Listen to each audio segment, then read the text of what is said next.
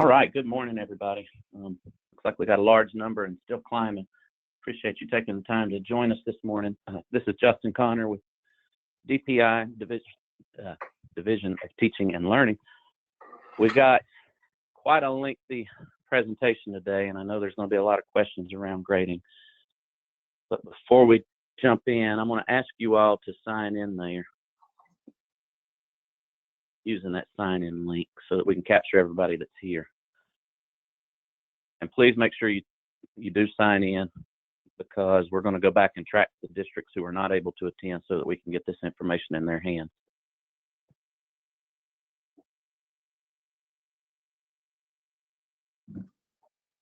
And I will share before we get started, the opening slide deck there, the bit.ly there below the sign-in link, that's going to get you to the opening slides only, but you're not going to have access to the PowerSchool slides until the end of this presentation.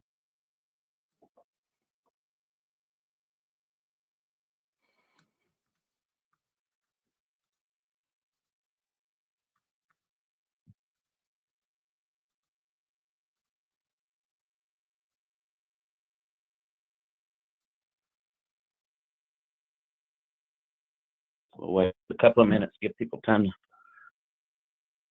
join and get signed in.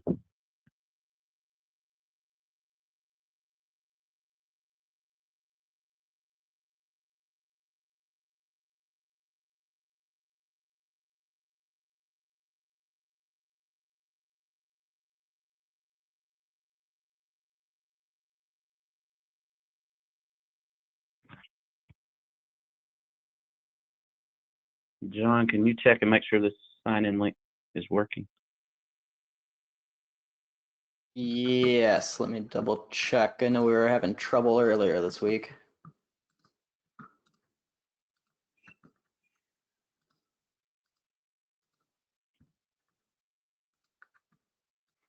Oh, it looks like some folks, yeah, I'm getting confirmation that it is working. So just make sure you're typing it as it is, because it is case sensitive. And what I'll do, can we drop that link? John, can you drop that link in the chat for everybody? Yes, absolutely. There you go. All right, so I am going to go ahead and move on since that's in the chat now.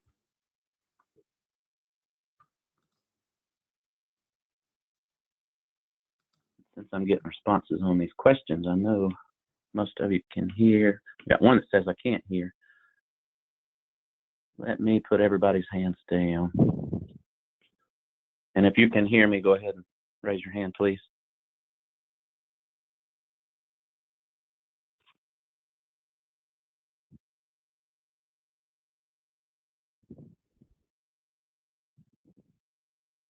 Looks like it's about half and half.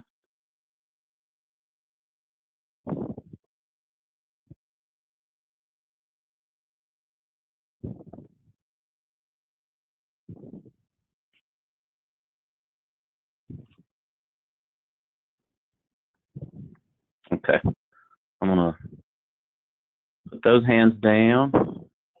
And if you can see my screen with the GoToWebinar housekeeping at the top, raise your hand again for me.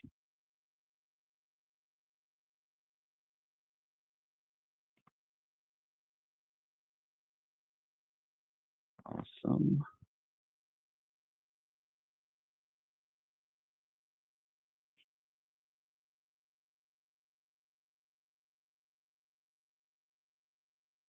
All right, we're getting some questions asking if we can share that link in the questions log as well.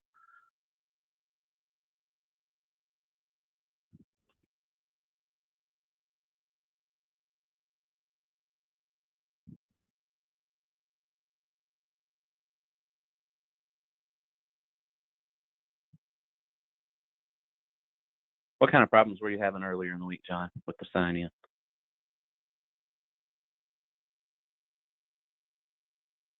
Someone had linked the edit link rather than the fill out link. Okay.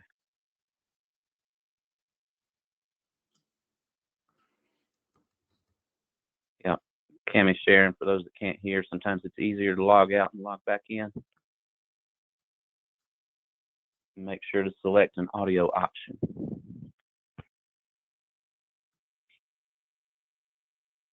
All right, so we're going to move on. A group of us will be monitoring the questions log. So right there on your screen, you can see where to post your questions. We'll post any documents or handouts that we need to share there, either there in the handout section or in the chat. And as Cammie said, when you sign in, right there at the bottom center of this page, it shows you your audio options. So we'll move on, and I'll continue monitoring the chat for those who have audio issues. Hopefully we can get those resolved. All right, I am going to turn it over to Dr. Rob Dietrich, who's joined us today. Hey, good morning, everybody. How's everybody doing? I am very glad to be here as the new home-based manager. I can tell you from the limited time that I have worked here through the middle of this pandemic, they're doing a fantastic job working together, trying to make sure everybody stays informed with all the information that we have moving at the pace we have it moving on. I'm going to take a quick second from our slide deck. Hopefully she won't get too mad at me. We do have someone who is getting ready to retire pretty soon, and that's Melba Jackson in Cumberland County. And I just wanted to take this time to thank her for her service to the state and really helping me and others across this state as we have moved toward this. Hopefully she's not throwing things at the screen at me right now, but thank you for your service to the state, Melba, and I appreciate all you did for myself and everybody else. She said you're dead, Rob.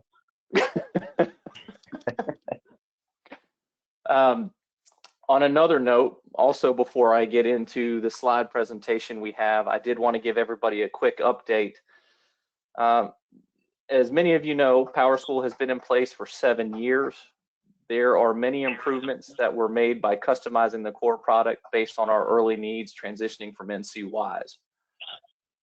As everyone in this room is very aware, PowerSchool has evolved, and these customizations have created problems with upgrading the PowerSchool product and have created significant complications to our experience, the user, and the technical experience, creating concerns and frustrations for many users.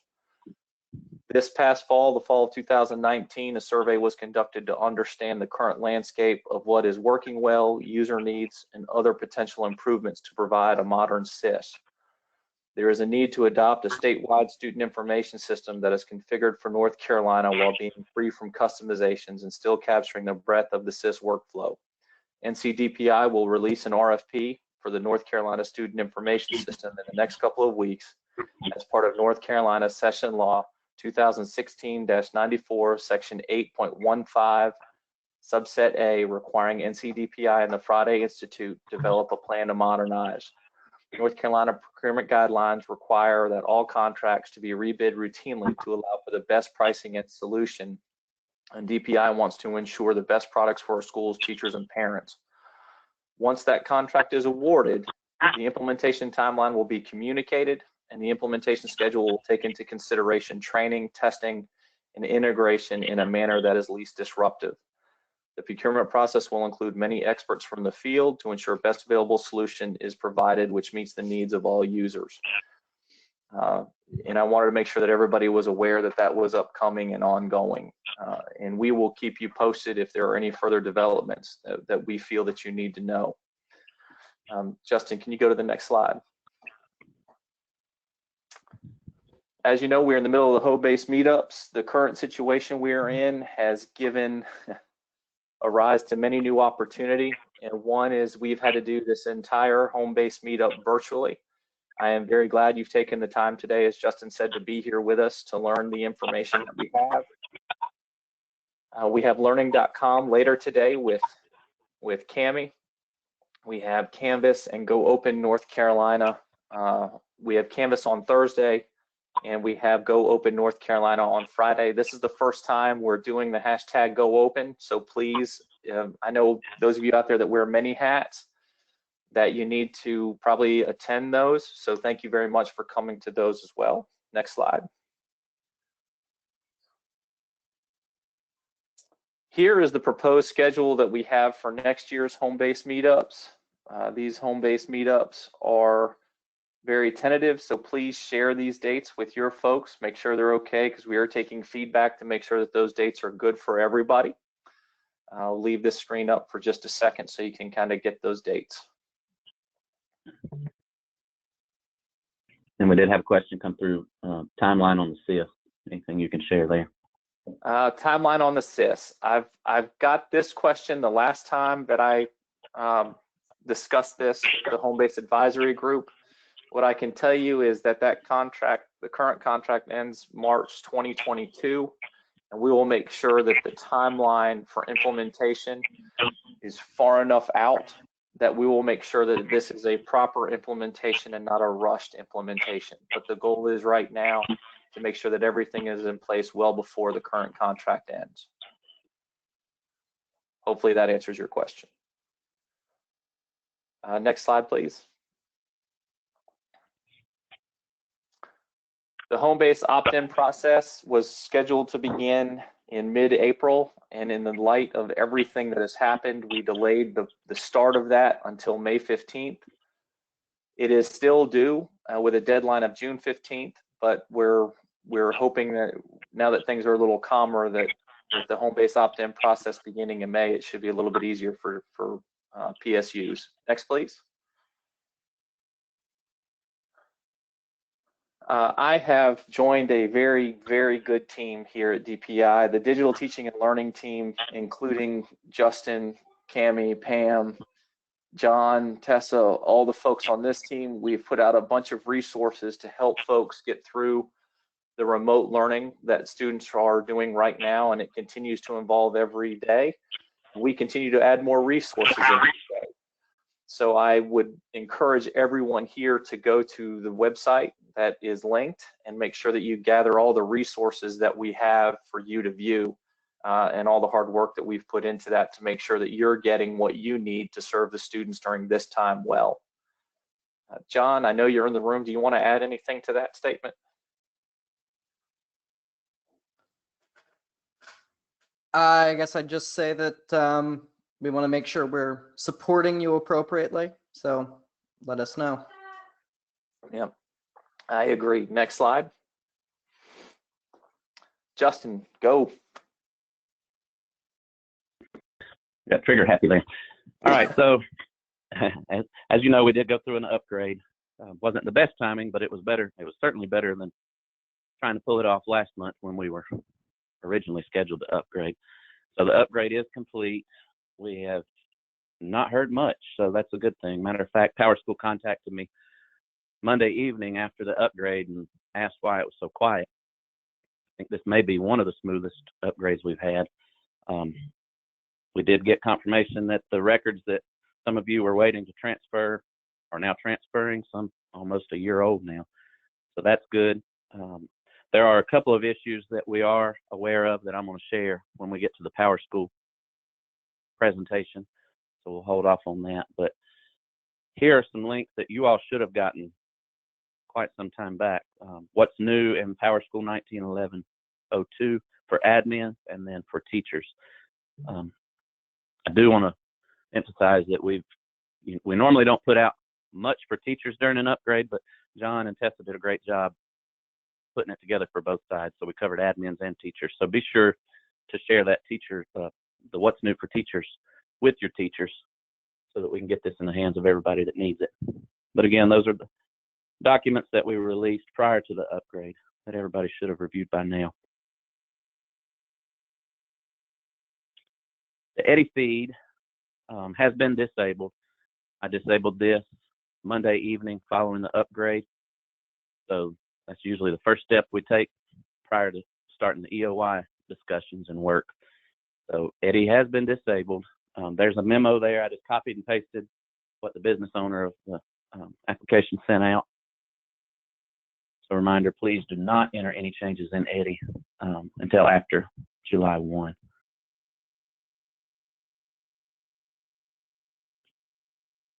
And then EOI process, this too is something that we're going to discuss when we get into the PowerSchool slides. But It's going to begin at 5 p.m. on June 30th, as always.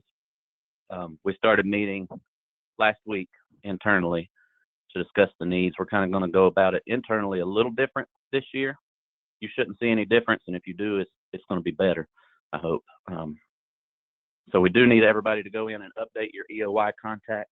I know earlier on when we started using the EOY contacts page for our technical contacts, we told you that we were going to try to have some new fields in place to capture EOY contacts, but we've not got that in place yet. So while your current EOY contacts should be your technical contacts for those folks who can submit tickets to PowerSchool directly, I have let PowerSchool know that temporarily those contacts will be our EOY contacts. So if it needs to change, that's fine.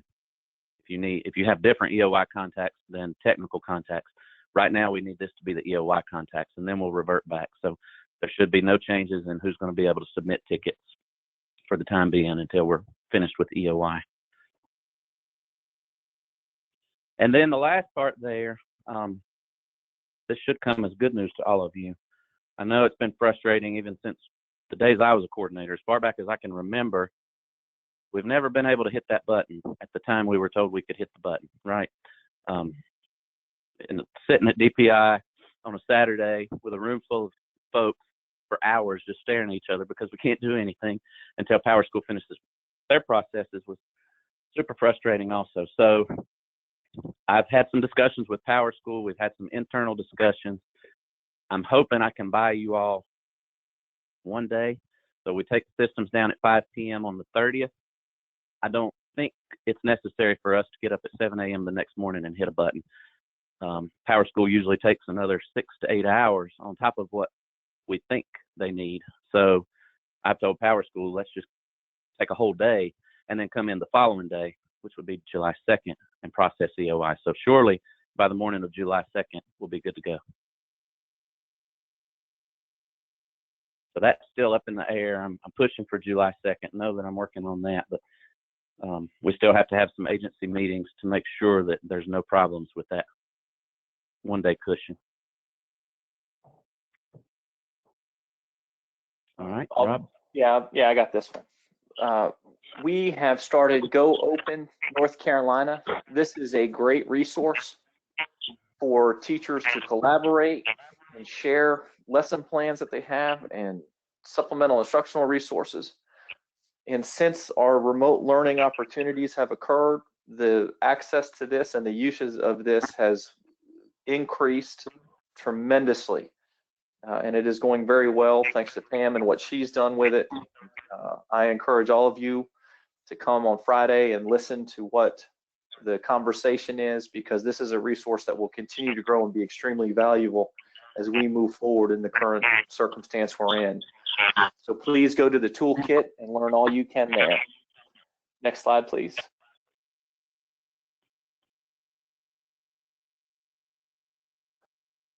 Cammie, are you here?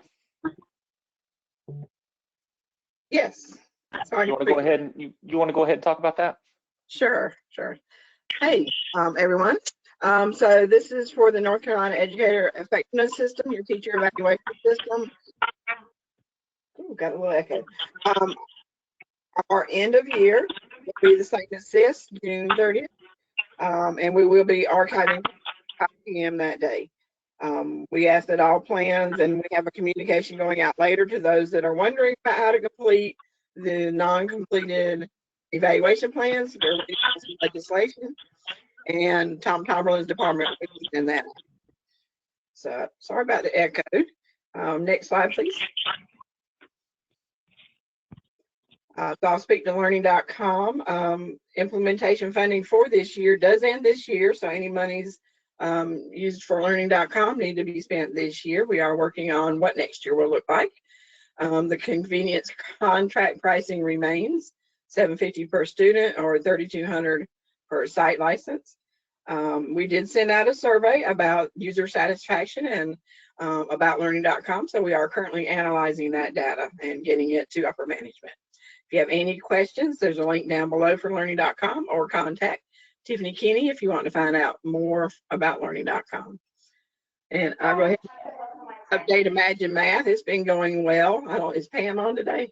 I don't think I saw her name. So Imagine Math has been going well also. And this is that supplemental math program that was put out this year for 52 pilot sites, and they're wrapping up their first year of implementation. And they have seen an average of 2 years growth, which is awesome, in math for students completing the recommended number of lessons per week. And there's a link down below to learn more about Imagine Math. Thank you. Thank you, Cami. I appreciate that. And thank you very much. Please provide us your feedback when today is over by clicking on that feedback link to make sure that we are serving you, and we'll make sure that these meetings are worth your time and we are providing you with all the information that you need.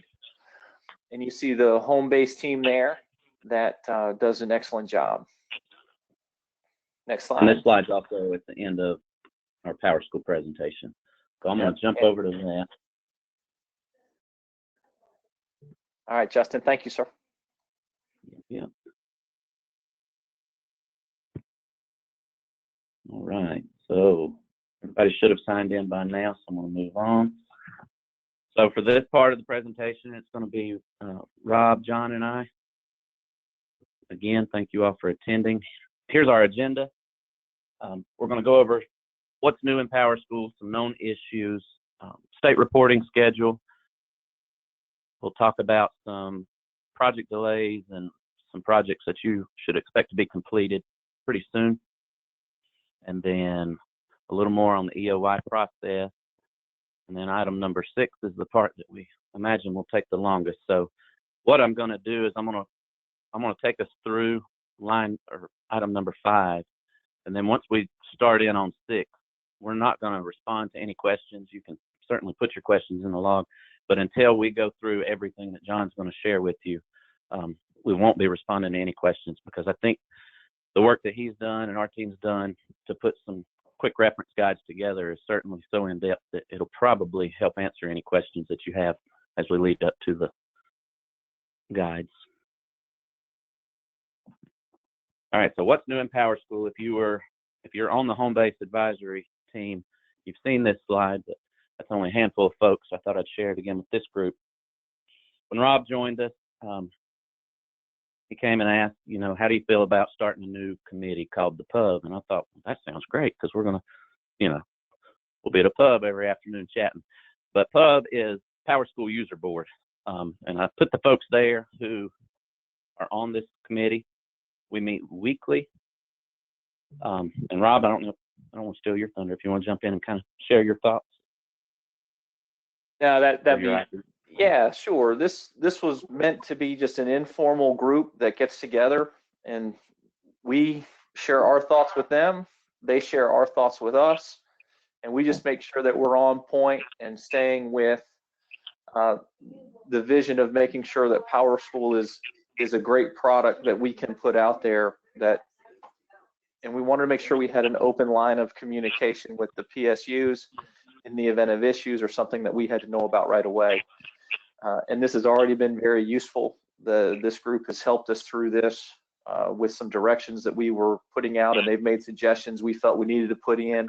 So I appreciate those people and their willingness to give us an hour a week to help us out. Thank you guys very much. Mm-hmm.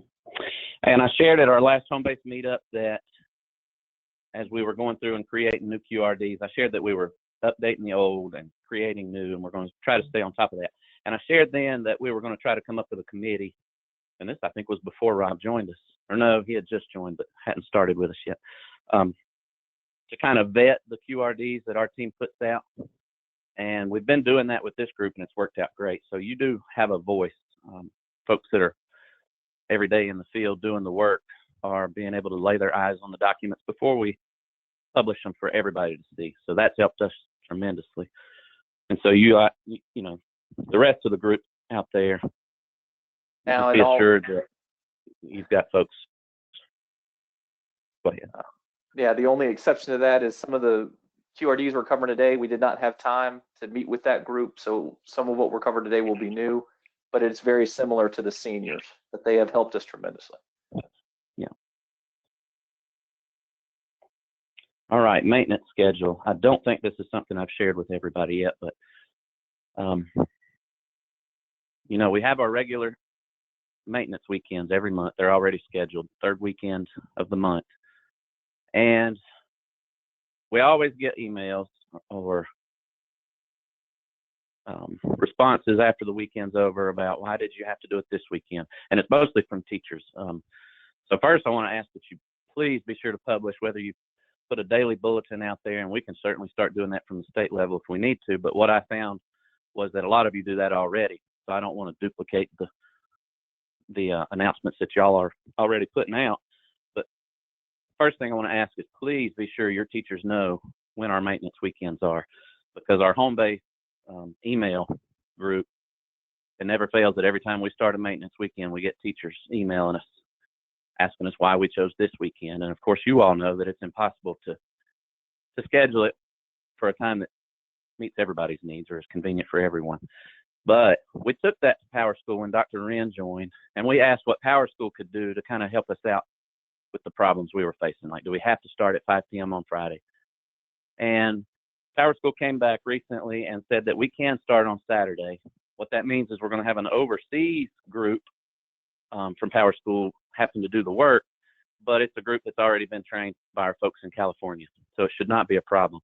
So any maintenance weekends that aren't a huge deal, like of course an upgrade, we would have to do starting Saturday or Friday. But for a simple little release that we can do in 5 or 6 hours, we are going to push those out to Saturday. So the maintenance will begin Saturday, end Saturday, or early Sunday. So your teacher should have access Friday evening, Saturday morning, and then again on Sunday. We'll do it in the late hours on Saturday. So that's good news. We've condensed that to one day. And again, that's only for the minor releases. If there's something big, if UID has to do something, if there's any other system that has to bring PowerSchool down, then we're going to have to go by their schedule.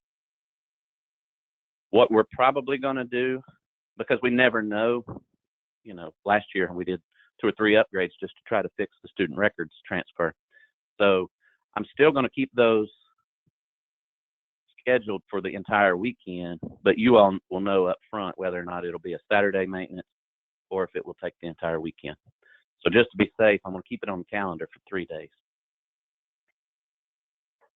Interface label changes. And John, if I have any questions, I'm just going to let you monitor the questions log. Just stop me. For the interface label changes, you all should have seen by now that we have updated the gender label to sex. That has been completed in PowerSchool.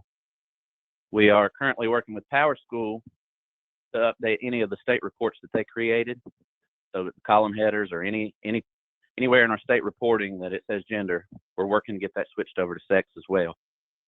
We've got someone at DPI who has already created a script to fix all of our SQL reports. And not only will it be the SQL reports that we put out, but any SQL report that you all have created, from my understanding, we've got a script that'll run out there and search for gender and replace it with sex.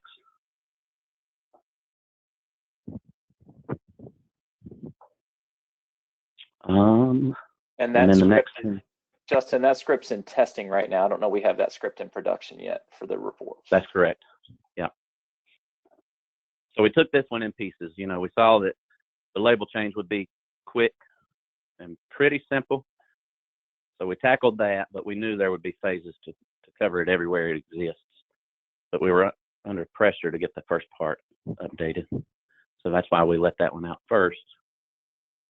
But pretty soon you should see the changes everywhere else. And then of course the PowerSchool upgrade is complete. We've discussed that. And Justin, we did get a couple questions about why the label was changed. I don't know if you have a bite-sized answer there.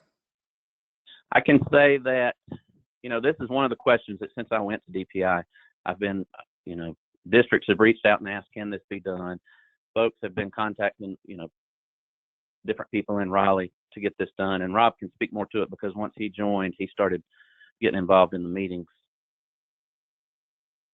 I think that you hit the nail on the head. This is a request that has been coming for a while from different places. I've heard it before, so it was just that the time was right to get it done. Yeah, and there's some other things that we're going to share later in this presentation that's been a big request also. Correct. Is that it, John? There was also one about the field name. So just to be clear, this only is changing the label in the user interface. The field name back in the database will stay the same. So when you're running a search or if you have an auto send or anything, you do not need to change that. That will still be gender. Yep, and I'm glad that question was asked. Should have included that here, because that has come up quite a few times. So no changes to the field name. Okay, so the known issues, some of these are not a problem for everybody, but I wanted to capture the ones that I know about so that everybody knows. So for the first item there, the Tim's extract. This happened when we upgraded last summer, and it wasn't just Tim's. Tim's and I think it was Meals Plus at the time. I think we fixed Meals Plus. But anything that's extracted that had more than 50,000 rows would not return, but the 50,000 rows. And that happened when we upgraded, and that was intentional. PowerSchool did that. That's core now. And the purpose was to keep the systems from bogging down because some larger districts were extracting a lot of data. So they put this limitation in place. So when school started last year, our TIMS folks contacted us and said, hey, we've got a problem. The rostering is not correct for our transportation. We took that back to PowerSchool and we learned that, okay, it's because of this 50,000 row limit. They worked on it to fix it. However, the work that was done for some reason could not work in all of the browsers. So I don't remember, Rob, is it Chrome or Firefox that it's not working in? It was Firefox because it had a timeout limit. It would time out before the report finished. Okay, so I put here that it only impacts 5 districts. I've reached out to those 5 districts. Everyone else, you probably won't even see a difference, but in the event that your district grows and you're extracting over 50,000 rows, then you'll probably see it. So these 5 districts have received a workaround from me. If you've not, I mean, I'm pretty sure I contacted the right folks, but I only had 1 or 2 responses. I know a couple of districts have created their own extracts, so they probably don't even use what we have, and that's fine. But I just wanted to list that here so that everybody knows that we're aware that this is a problem and we do have a workaround. The next 2 items are not really upgrade related, but it's just something that keeps coming up during our discussions with PowerSchool as we quickly approach a new year. The at-risk report, every year I'm asked by PowerSchool to remind you guys, please don't try to run that, especially like while you're in the stored grades process, because if you're storing grades and then you want to go and run that at-risk report for your superintendent or whoever, it causes the system to bog down and crash, and then we have to do a restart. So that's one thing. It's not that the report's not working, it's that it's too much load. So try not to run that at-risk report while you're in the process of storing grades. And then the other is daily headcount adjustment. We've been reviewing a lot of cases with PowerSchool. You know, we're not getting as many coming in right now, obviously. So we're kind of reviewing all of the ones that's been coming in. And we're finding tickets that are up to 2 years old that's been sitting with PowerSchool. Some of them are athletic eligibility related, and a lot are daily headcount adjustment related. And we put out guidance every year at the start of the year that DPI has got something in place that refreshes your attendance nightly. So what happens is if you go in there and you try to process this and then not everything comes up, you're hitting the button again while the other hasn't completed yet, and then sooner or later everything crashes, especially those that if you share a server with other schools, then everybody comes down, right, because of one district. So that's something else we are talking about with PowerSchool to try to figure out how we can keep districts from running this during the day, especially during prime time, and letting DPI's nightly refresh handle it for you.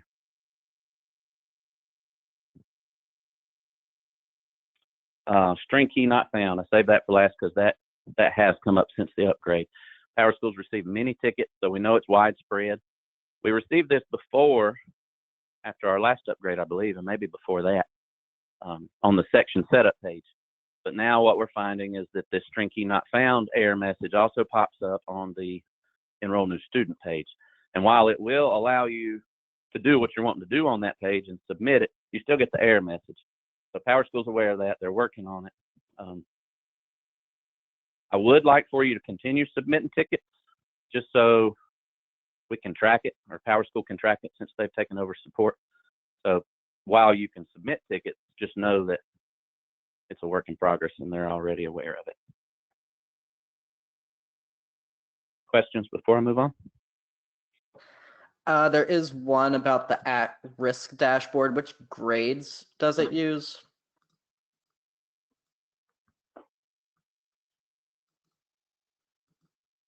Oh, I'm not sure. Are you, Rob? Without going in and looking. Oh, No, I'd have I'm not I would, sure. yeah, I would assume it would be the store grades, but it seems used to confuse which grades to pull. I haven't been in there lately. We'll you get an can answer to figure that that. and make sure we get you with that information.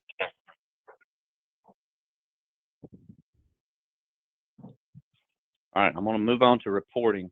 I can go back anytime if I need to. So reporting, these are the state reports that have been postponed. The spring legislative class size, we started getting tickets on, but it was announced that we're going to put this off, maybe not even have to do it at all. So we're still waiting to hear whether or not we're going to have to collect this later. But as of right now, you're not going to have to do the spring legislative class size. Spring AIG.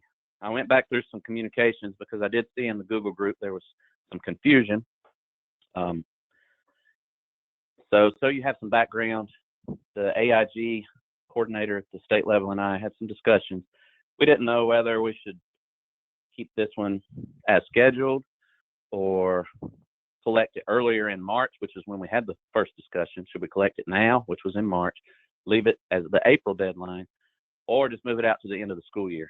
And I didn't feel comfortable making that decision, and neither did she, just because we're not out there in the field. So she put out a survey to the AIG folks in every district, and the feedback we received said put it off to the end of the year.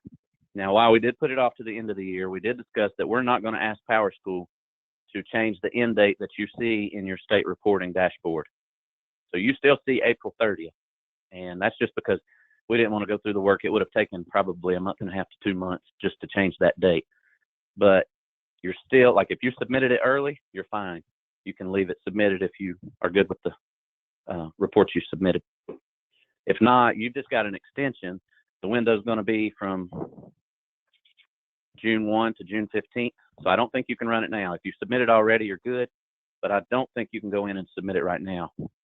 Am I correct, John? I believe Well, so, actually, yes. what's today? After April 30th, you won't be able to. Then we're going to run the scripts to reopen it from June 1 to June 15th. But that will still be looking at the information that's written in the code. So if it's looking at current date, it'll be the June date, I think. But if it's written that it needs to capture it from April 1 to April 30 or April 15th to April 30, that's the way it's going to be. So however it's written is the way it's still going to operate from June 1 to June 15th.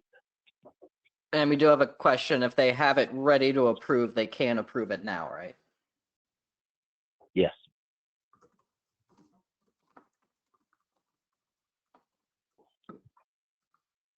And if there are other questions, I would encourage you to reach out to your AIG coordinators at the district level.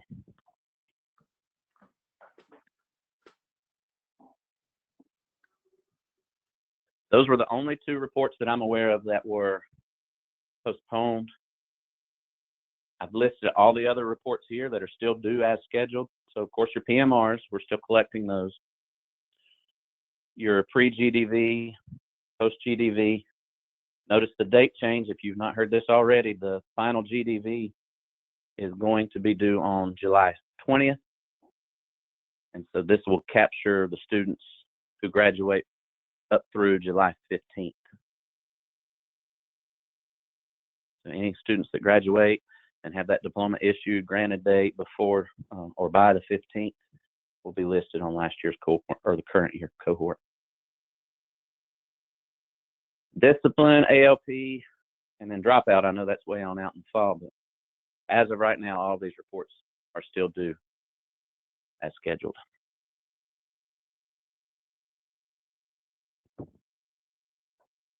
Just stop me when you need to, John. All right, delayed projects. Obviously, with everything that's going on and us having to take a time out to create grading documents and how-tos for everything that's currently going on, we've had to push some other items back. I think it was the winter meetup. No, may have been fall. At one of our last, not the previous, but the one before, we shared with you all a quick demo of the grade scale lockdown, where users who are going and trying to manually enter final grades would be forced to save the right GPA points, added value, percentage, etc. While that is almost ready to put out, we had some tweaks we needed to make due to feedback that we got from you all, so thank you. We don't feel like it's been communicated well enough with everybody that needs to be aware. I know you all are probably aware, but we don't know if academic folks, the superintendents, the principals, we don't think the word's gotten out to all those folks. So we're going to put this off for at least 6 months to another year. But like I said, the good news is we've got most of the work already done. So it's not a problem with it's not ready. It's just we don't think we've communicated it well enough yet. So that's why that one's been postponed. Next item is cross LEA. I feel like this is always on the delayed list, but we've got Russell Dixon working with us. Many of you all know Russell from his days in the field, and he's feeling pretty good about it. We're almost to the point where we're going to kick off another pilot. So that pilot I know should be coming soon. We're shooting for the start of the school year, being August, not July. So we'll keep you posted there. Infield, out of field. I think I shared this with you all as well. Infield, outer field report that was put in PowerSchool was built to the requirements of the state level. So Tom Tomberlin, the HR person at DPI, wanted to look at the courses that were out of field. So the requirements were submitted to capture which course is not being taught by a teacher who is certified to teach that class, right? So we used to have the highly qualified. And I'm telling you, when I came to DPI, I thought this is so backwards because I was so used to the highly qualified status. So I couldn't wrap my brain around why are we labeling a course, because it's simple to label a teacher. But at the local level, DPI does not want to place that label on a teacher.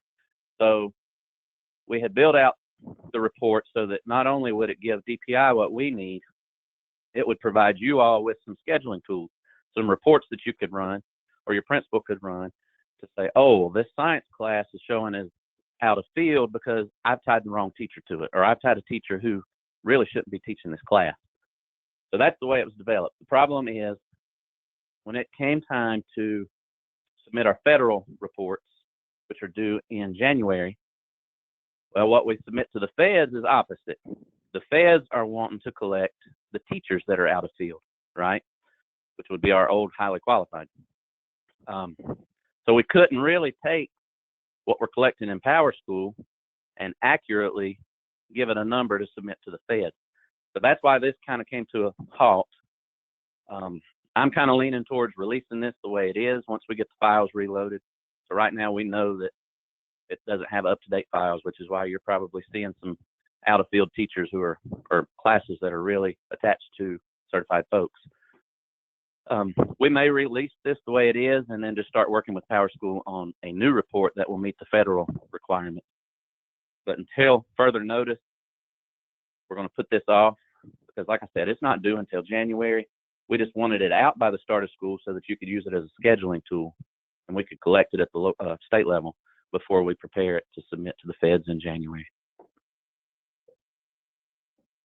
So no worries there. I know it shows up in your reporting dashboard as due at the end of the year, but as of right now, it's not going to be due. The allot report has been on every agenda I've had for the last year, I think, and we finally decided that we can't collect what's needed to be collected from PowerSchool. So I've been told to remove that from my weekly agendas. That's in somebody else's hands now, so you won't hear me talk about the allot report again unless it comes back up that it's needed to be collected through PowerSchool. And then the last item on this page, some of you may have heard us talk about the year in PowerSchool that we wanted to create for you. Basically, it was going to be a Canvas course, not really a course. It was going to be within Canvas, and it was going to be resources and documents and guides laid out by month. So in August, and you all helped create this, and thank you so much because you did a lot of our work for us. But in month 1, what are the typical things and processes that we're going through that we need help with? We were going to compile all that and condense it into folders by month or the time of year it is, or by process like EOY. I put this on here because with everything else, we've not really had time. We met a few times. We know what we want to do. We've got the vision. We've just got to find the time to do it. So we are going to keep this on our radar, and we're going to get this done for you guys so that you have a one-stop shop for all the resources PowerSchool related. We do have a few questions that came in. Number 1 would be, what is the ALIT report? I guess just what that acronym is. Yeah, it was an allotment. It had something to do, I don't know all the details because I was not very involved in the project. It had something to do with tracking the charters who have left. So the allotment just wanted it. Somehow it was knowing where to send the money to, from my understanding. And then do we know anything about CRDC reporting yet? No, and I started to ask Tara Dominguez to join this, but I think we're safe waiting and having her join the next meetup. So no updates on CRDC.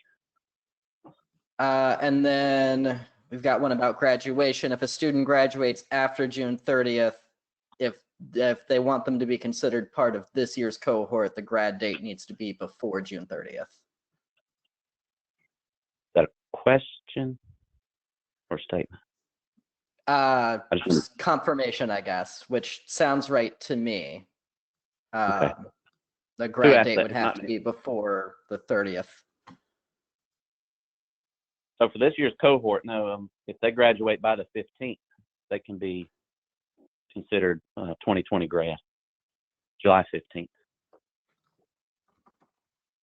Gotcha. I think Unless that will that's a answer DPI it. person. Yeah, you all remember that in the past, PowerSchool was not set up. It was hard-coded to only look at through June 30th. So if you had graduates that graduated on 7/8, we were asking you to backdate that to 6:30, even though the kid didn't complete the work by 6:30. We finally had PowerSchool change that, so what you're entering is accurate, and we're not having to falsify any information.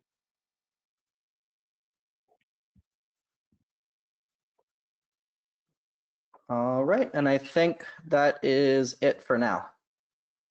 Thank you. All right, projects on track by EOI. So all of these bullet points have their own slide. We're going to go into each of these items. Extra grade, preferred name, blah, blah, blah. I'm just going to go ahead and jump forward. XG for returning EC graduates. Every year we get tickets, or I get emails or phone calls asking, how do we handle this EC student who graduated? The EC teacher told me to graduate them, and now they're sitting here at my desk wanting to enroll or wanting to know why they don't have a schedule or aren't placed in a class. We started this work not long after I came on board at DPI, and some of the work's been done to develop this XG grade level, which the XG will be the label, the value will be -9, just so you know. So this will just be extra grade. So we're working on putting this in place so that when these EC students come back, you can enroll them, and it won't be a difficult process. You'll just put them in grade XG, and then they won't be picked up again on the GDV reports.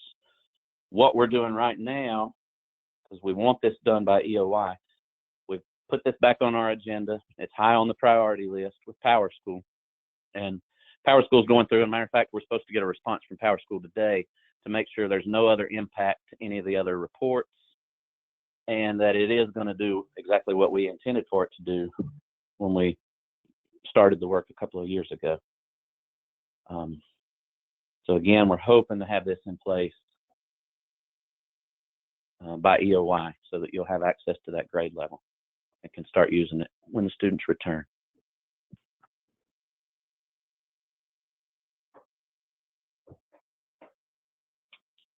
Preferred name. I'll let Rob share a little bit about it, but we did have a meeting with PowerSchool, and this screenshot was taken from another state, another instance. A lot of states are already moving this way, and earlier when we discussed the gender to sex change, sex label change, this is another one of the items that I told you all we keep getting asked. So at our advisory board meetings and tickets that are coming in from the field, people are wanting preferred name. And so we talked to PowerSchool. This has been done already by other states, so it's not going to be a difficult thing to put in place. The difference you're going to see is that here where it says, you'll notice on the first line it says name, the second line says legal name.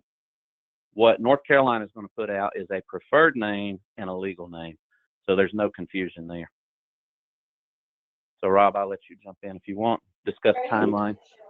Yeah, right now, this is something we've asked for a long time. It is finally going to come into place. Right now, it is shaping out to be no later than the June maintenance weekend or in June. I don't think we have a maintenance weekend in June. And then it could show up a little earlier. And the good news with that, with it being preferred name, we are also working on one of the first questions I had for them was, if you put that legal name field in, are you going to be able to copy what's in the current name field down to the legal name so they don't have to do all that data entry? And the answer that I received back was yes. So the plan is right now, when we do roll this out, you'll see preferred name on that top list, and all the names that are currently in the name field will be copied down to the legal name. And we will also make sure that we put out directions, because the legal name has a different set of data tags to pull that out versus the current name field that's there. So we'll make sure we put all that out in our directions once this goes live. And just for clarity, teachers and reports will all display the preferred name, correct? I think we're still working through that as to what will be displayed and where it will be displayed.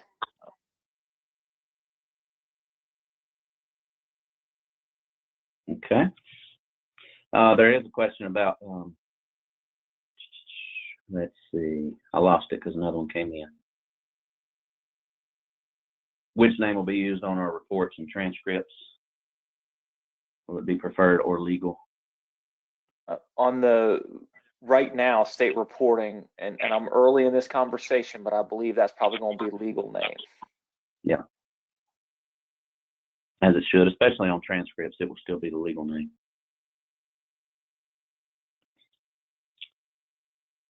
All right, preschool scheduling. I added this back to the agenda. You all know it. It hit us hard when the announcement came out last year during CCES that we were going to have to track preschool attendance and discipline. We had a webinar. Dr. Vivian James joined me on that webinar, and then you didn't hear much else after that. Well, we heard the frustration from the districts. The attendance piece was difficult. The discipline was simple. We're moving forward with discipline just as we always have, because there's nothing really major there, nothing different.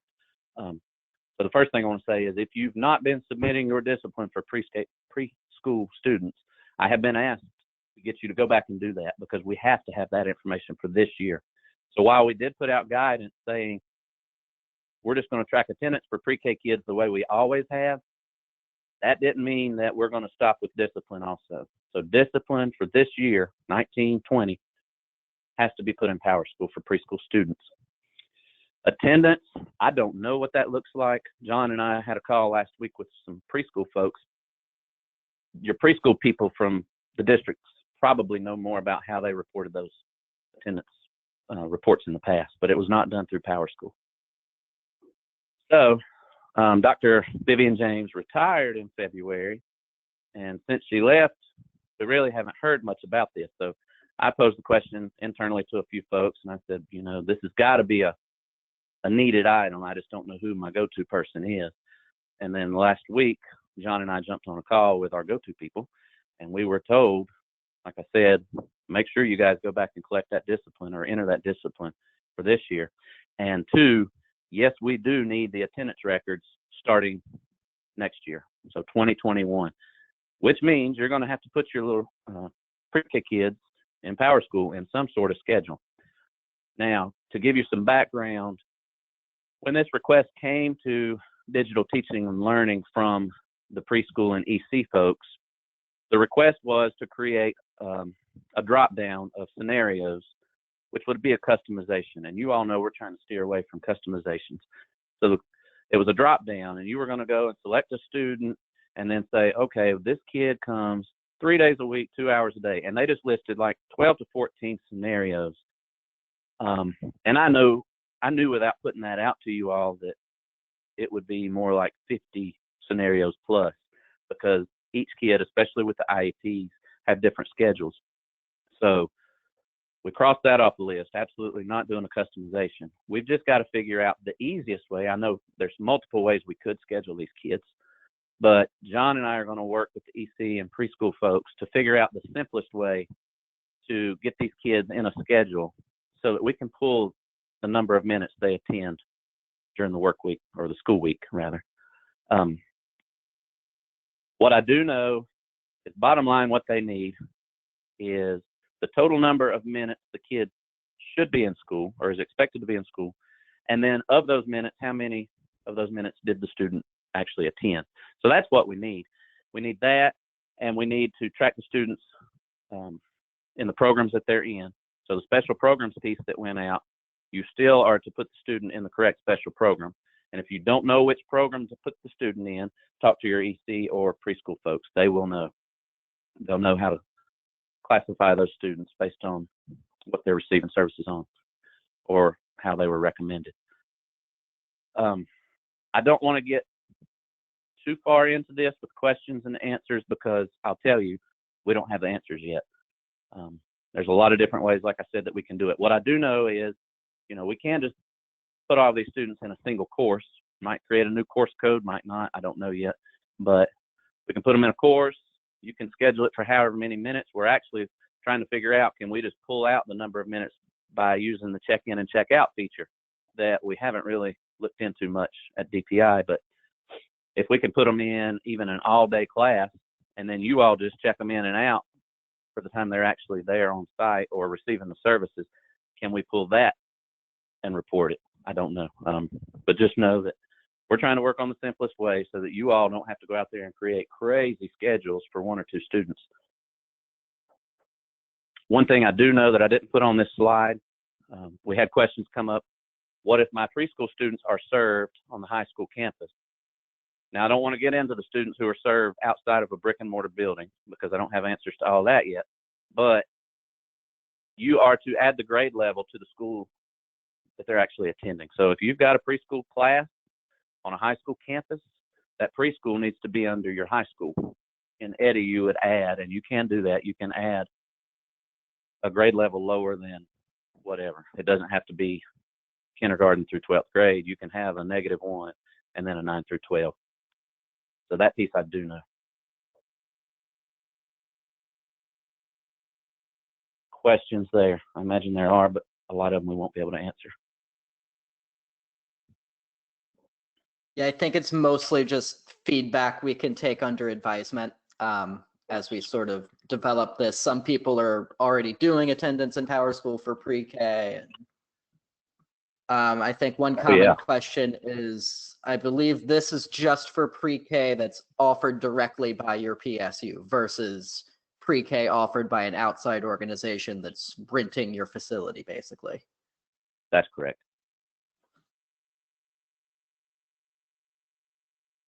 Yep, you'll hear more from us on this very soon, I imagine. But if you're already doing something and have some pointers, please shoot John and I a message, and we'll look at it together with our EC and preschool folks. And then this will probably be an item that we run through our pub group, get their feedback on before we finalize it and put the final guidance out.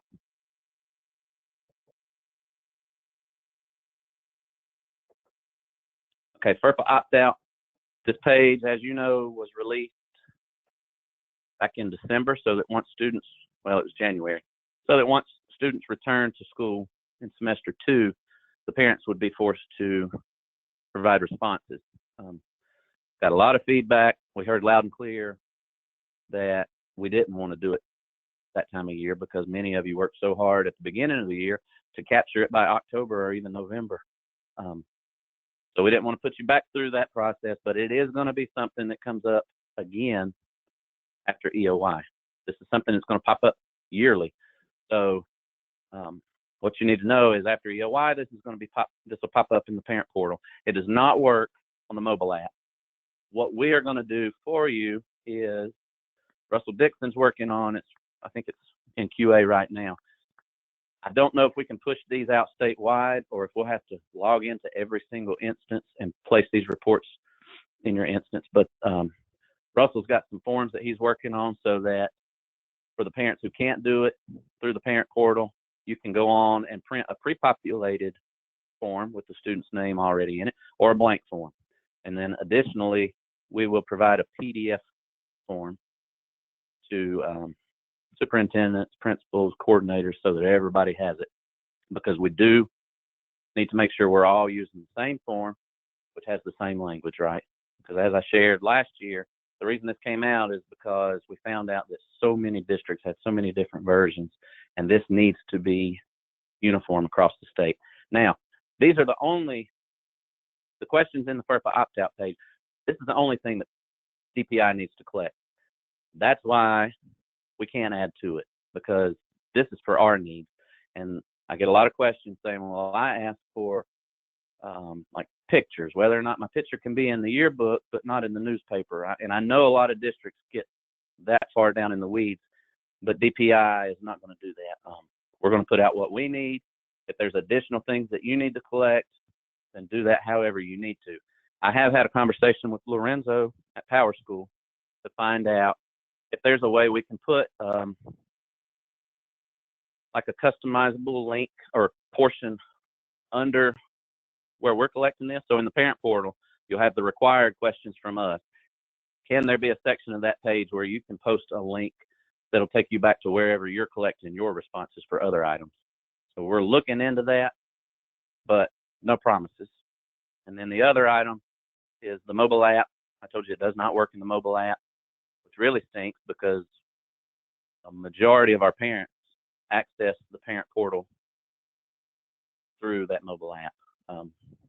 But what we're thinking we're going to do there is push out an announcement in the announcements feature that will link you back to the FERPA opt-out page. So at least they can see it. We do have a handful of questions there. So if a PSU already has a form part of their process with the federal language, do they still need to use ours?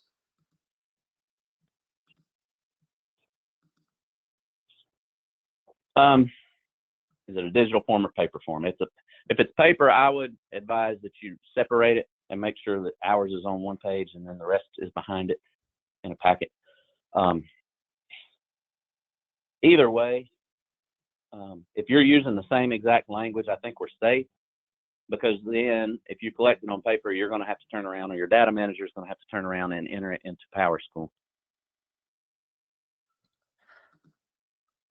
And then I know we'll send out the specific wording. That question came in. And then for PSUs that have PowerSchool enrollment or other online re-enrollment tools, will those be able to write to the same fields, do we think?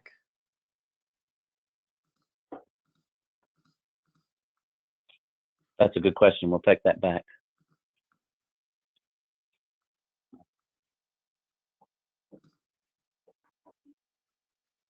Yeah, we'll check on that.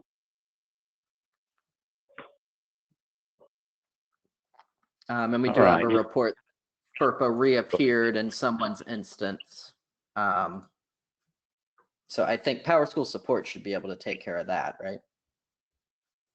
Yeah, and I will say that Lorenzo shared last week with us that he did find that there was one place where he forgot to remove the link. He was going to take that out this past weekend, so maybe he's not done that yet. But definitely put in a ticket just so we can track it. All right, this is just a reminder. We're currently in the process of putting some new grad plans out there in QA. And this will be for the upcoming school year. They'll be active with the 2020 ninth grade entry date. So the students that enter ninth grade after 2020. There's a CTE grad plan, some social studies, math, and OCS changes that we're currently working on. So there's more to come on that. We'll share that as we get closer to EOI.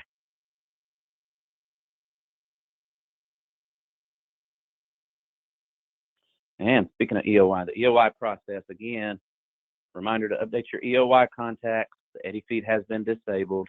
And then I shared this earlier. We're hoping, for those that maybe couldn't join earlier, we're hoping that we can buy a one-day cushion between the time we take the page down and the time we expect you to go in and process your EOI. So definitely June 30th at 5 p.m. the page, the system will come down. You won't have access. We'll begin our processes, and if there's no objections within the agency, I've already talked to PowerSchool, it's doable. We don't have to ask you to process EOI until July 2nd.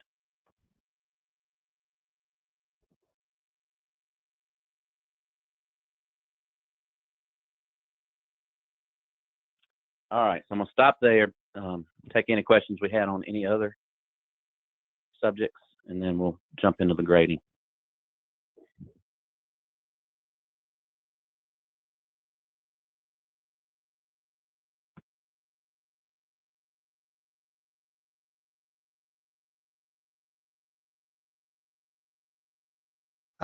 We do have one about, will the FERPA opt-out fields be cleared at EOI? Good question. Yes, Cool. we are going to clear those And fields. do we have an update on NC contacts going away? Ooh.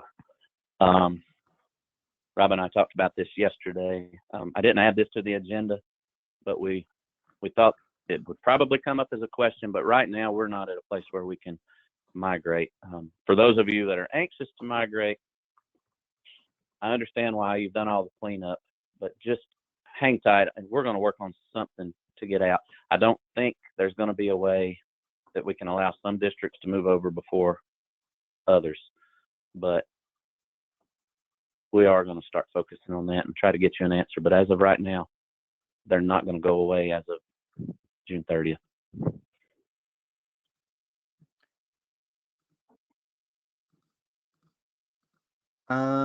And let's see. I know new standard spreadsheet should be coming out soonish, right? Mm-hmm.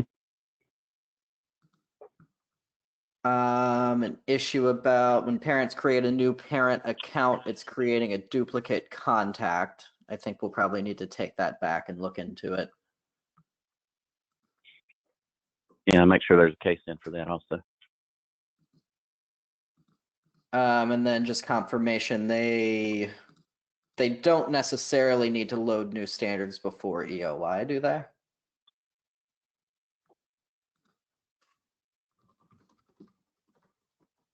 I'll have to take that one back. For some reason, I'm thinking, yes, you do. And then back to the NC contacts, other than ECATs, I think it's just TIMS that pulls those, right? Or are there other things? That pulls what? From the NC students contact page, it's just ECATs and TIMS. No, I think there's a couple other items. I had asked Lori for a list of what all pulls from the NC contacts. I'll check on that again. Let's take note to be sure to get that out to the field so that everybody knows which reports pull from custom contacts. Definitely, that would be good.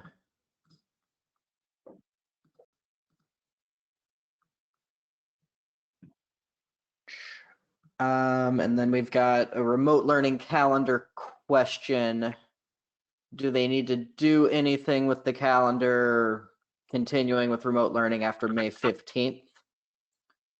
And then what if they stop remote learning in May but have currently scheduled days into June? So I think you're going to want to continue coding those days in May past the 15th the same way we have been. But if you're ending your school year early with remote learning, you may need to adjust your end dates. I think we're going to have to take that back potentially, though. Yeah, let's take that back and get a good solid answer for that.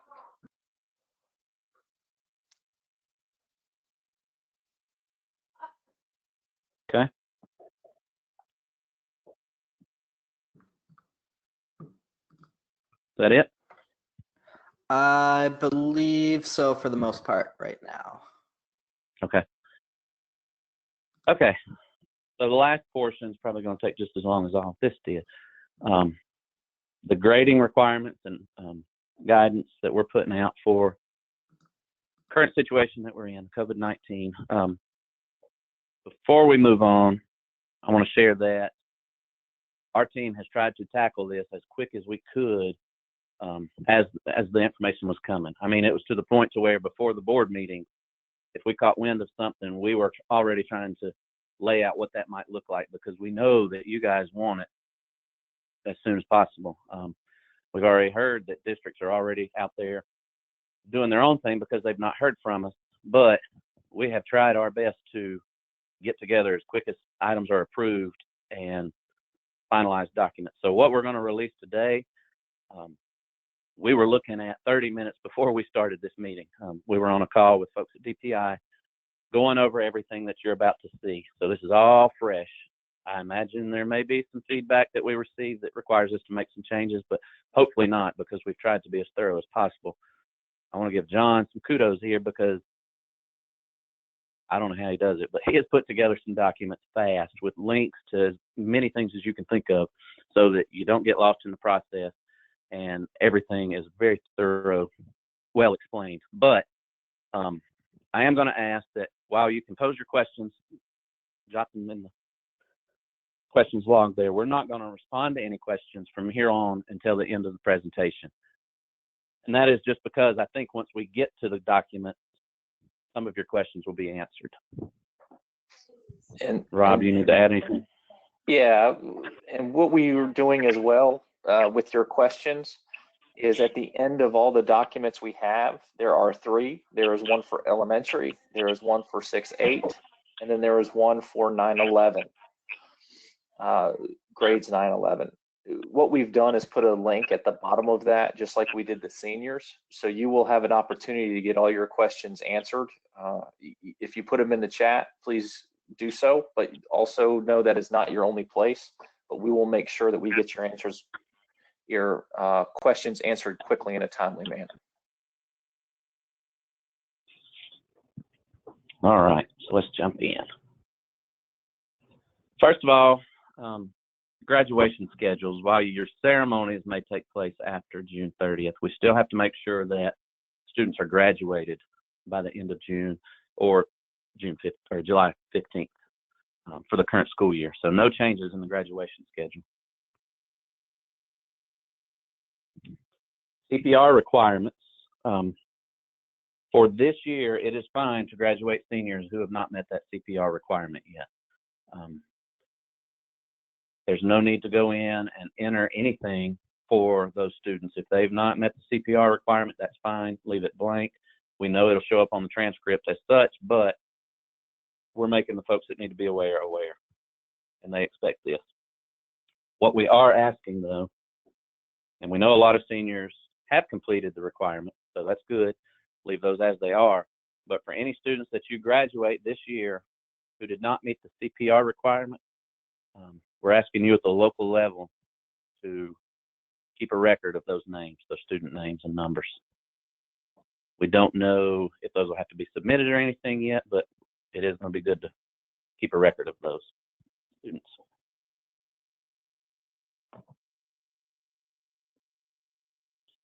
All right, so high level expectations or requirements rather for elementary, and then I'm going to turn it over to John once we get to the documents that he's created. So at the elementary level, K through 5, this is pretty much, so the next few slides are items that you're going to have to do. It's not going to go over everything, but these are things, if you want to take a screenshot, at the elementary level, you're going to be expected to, number one, add a special code of NG19, which stands for not graded, right? Non-graded. No student's going to receive a final grade in elementary school except for the NG19, which will be stored in the F1 store code. So you're going to create that special code. You'll enter the manual overrides into F1, and then the comments, and this is at your discretion, totally optional. It's not required by us, but any comments that you want to share with parents, since they're not getting scores, you'll allow your teachers to put in the comments section. And then store grades, of course. And all of this we're going to get into in depth here in a few minutes. So at the middle school level, grades 6 through 8, you're going to be expected to add the special codes PC19 and WC19, just as you did the seniors. So a lot of this is not new. You're just doing it for other grade levels. Insert manual overrides into F1, of course, store grade. And then for your high school courses that are taken in middle school, you're going to follow the guidelines that we're about to share on grades 9 through 11. I split high school 9 through 11 up into 2 separate slides here. So semester 2, for the semester 2 students, you're going to add special codes PC19, WC19. You'll enter the override and store grades. And then year long is a little more in depth. You're going to add those special codes. We forgot to put them there, but it's the same, WC19, PC19. You're going to add new terms. So we'll have a semester 1 term, semester 2 term, and a C19 term, and we'll get into the why here in a minute. You'll insert the overrides, store grade. Students will receive 2 final grades for these year-long courses, each being worth half a credit. We've got a document that I'm going to share later if you've not looked at it or if you've not received it yet.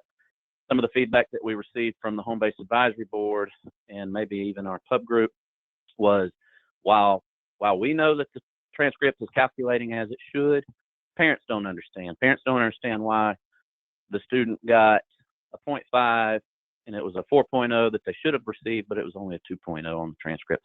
So we've put together a document. John's put together a document, I think, that will help clear that up if you guys want to share it with whoever, your counselors or your principals, so that they can use that as they're having conversations with parents and students. And that's at the end of this presentation. And right here, I am going to turn it over to John. Can you go up one? Can you go up a couple slides, Justin? I think you go back one more. Please, go forward one. Sorry. Yeah, right there. And he mentioned this, but please remember that second bullet, insert manual overrides based on student preference, because students do have the choice of whether they get the PC WC19 or a numeric grade. Yep, thank you.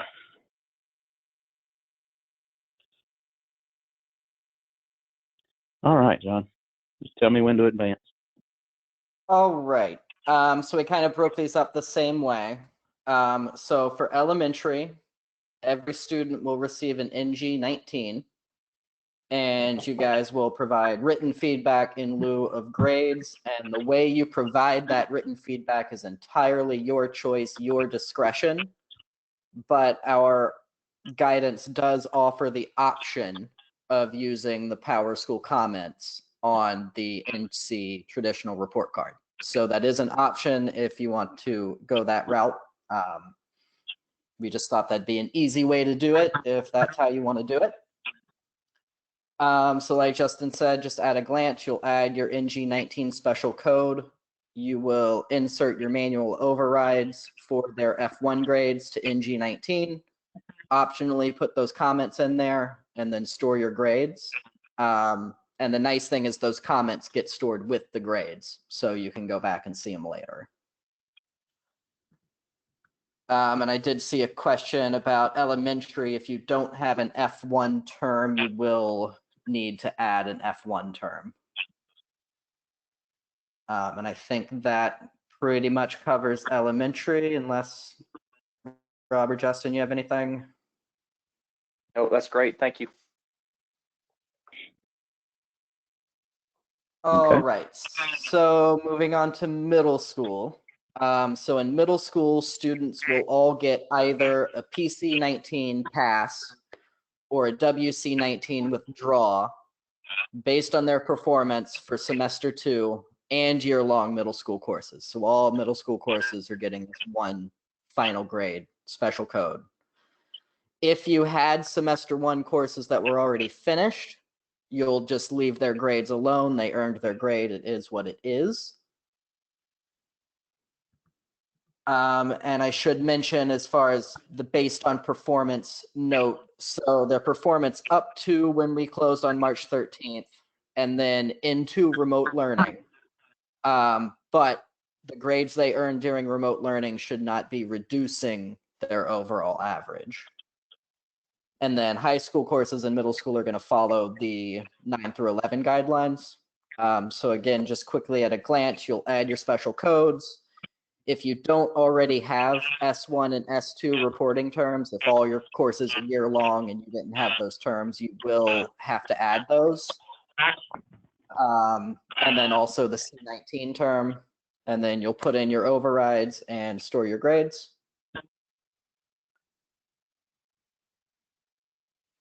And either of you guys have anything else on that I missed?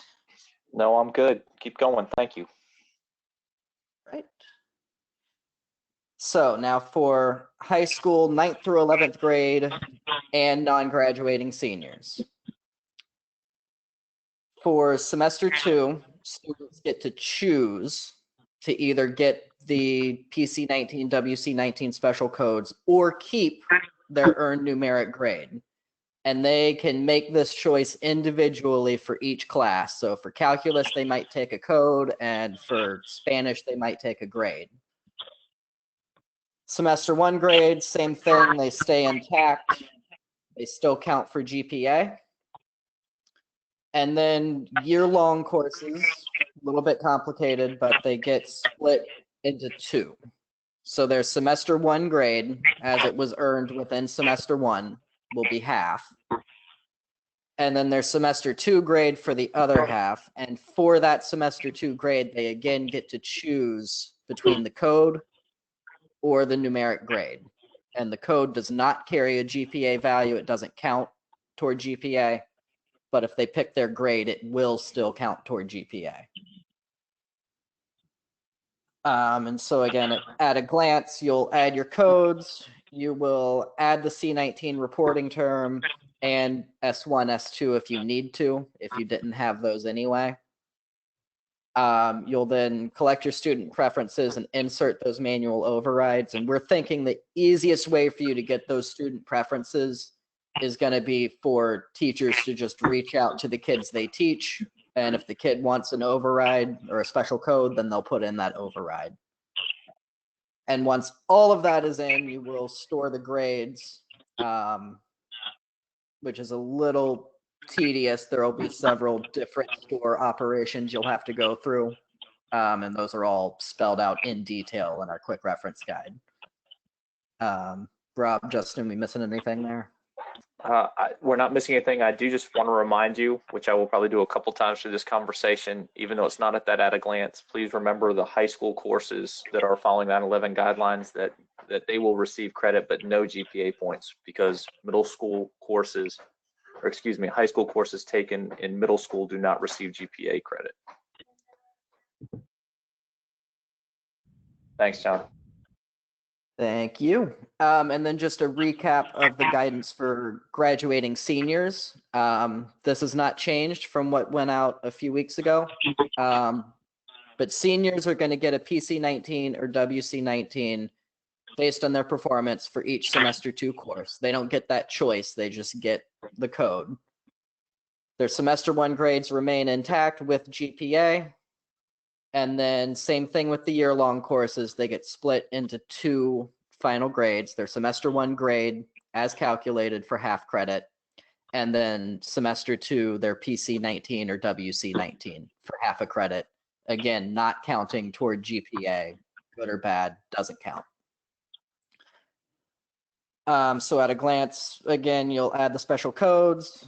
You will add your C19 reporting term. And if you didn't have an S1 term, you'll need to add that. You'll put in your overrides and store your grades. And that, again, is all spelled out in detail in the quick reference guide. And we do have a video for the senior grading as well. Anything we're missing there, Rob, Justin? No, just remember we released the senior information, I believe, about 2 weeks ago, so that's been out there for a while.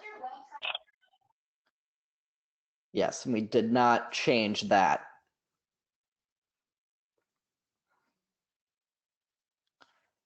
Okay. I believe that covers it. So before we address any of the questions coming in, let's jump to our list of documents. And again, at the end of this presentation, you all will have access to the slideshow because I've shared the bit.ly on the last slide. Everything listed here, I think, is everything you're going to need. And if it's not, then somewhere within these documents, you're going to find a link to other resources. So the at a glance is what John just shared. The grading for grades K through 5 will be more in depth, and we'll open these if we need to, which I imagine we do. So for each grade level, or grade range rather, there's a quick reference guide. And then the bottom, that's the link I was talking about if you need to share with your counselors or your parents, principals on how to understand how the calculations are working in the wake of what's going on and how we're having to grade students. So I'm not going to open the grading at a glance, but we can start with grading for K-5.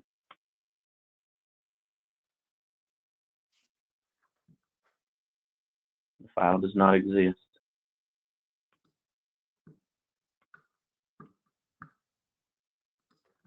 Let's see. That's not good. Let me try 6-8.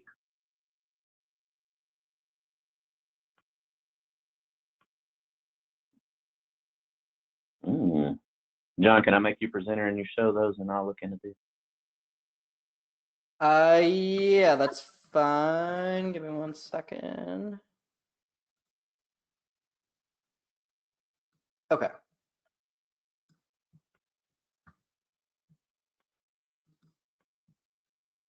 Okie dokie.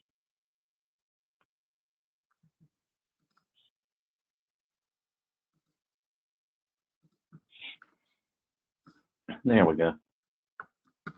And so I'll blow that up.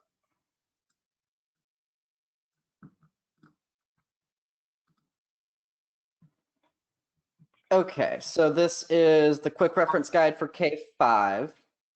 And I believe these links will be out as soon as this webinar is done. So like we said, we've got the policy overview. They are not receiving numeric final F1 grades. They're instead getting the NG19. Principals will make their promotion retention at their discretion. Now you guys may store numeric quarter grades if you so choose, but you should not store numeric grades into F1 for K-5. So we walk through adding the NG special code. It's pretty easy. Just edit the special codes scale and add that not graded COVID-19 code in there. You'll have your teachers enter their NG19 grades. It should come out like this. And we are sort of saving their percentage in the background. So they get their NG19 on the report card if you run those. And you still have their percentage stored in case you want to look at it later. You'll permanently store their grades. And we did write this, if you're like a K-12 charter, you'll want to only store for K-5 when you do this. And then we also included an intended outcome. So if a PSU chooses to use the PowerSchool comments as their written feedback, this is kind of what that could look like on the final report card at the end of the year. But again, that's totally your choice, your decision. And we do have our form link down here to submit any questions or feedback you have. But any technical issues will still go to PowerSchool support. Just want to make sure to throw that in there.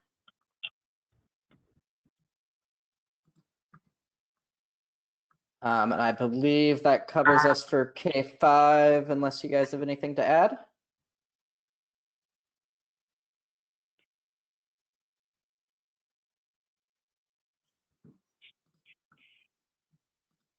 Nope. Can you drop a link as you go so that I can update each one? Yes. Okay. Yeah, I dropped a K-5 to organizers. I got that. So we will move on to 6-8. So 6-8's a little more involved. I'll mention that the 6-8 document does also include steps for your high school courses taken in middle school. So if you are, just a middle school coordinator, you only need this document. You don't have to click out to other places to find what you need. So similar to the last one, same things we covered with the graphic. We've got our policy overview about, what is going on. Essentially just middle school courses are getting PC-19, WC-19 final grades, unless they are enrolled in a high school course, in which case they can choose between that special code or their numeric earned grade. In either case, a high school course in middle school does not count toward high school GPA.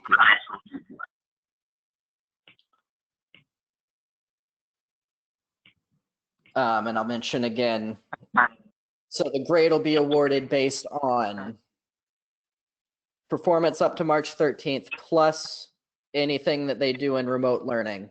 But what they do in remote learning should not reduce their grade average compared to what it was on the 13th when we closed. So going into the processes, very similar. You'll add the PC-19, WC-19 special codes if you haven't already. Teachers will put in their manual overrides into the F1 term, but it will retain the calculated percentage just for historical reporting purposes, so you can go back and see that later. And if you do have a student that's looking like they're going to receive a WC-19, you should give them the opportunity to improve that through remote learning. For high school courses in middle school that are only scheduled in semester 2, it'll be the same as 9/11. The teachers will need to find out if they want the special code or the numeric grade. If they want the code, they'll do a manual override in F1. If they want the grade, then they are pretty much good to go. But that's only for high school courses in middle school, specifically scheduled for semester 2 only. And then once you've got all that entered, you will store those grades. And again, if you've got more than just middle school enrolled, you'll want to make sure you're only storing for 6th, 7th, 8th when you do that. And once that's done, you will need to, if you have year-long high school courses in your middle school, you'll need to continue on. So add the special codes if you didn't already. You will need S1 and S2 reporting terms if they don't already exist.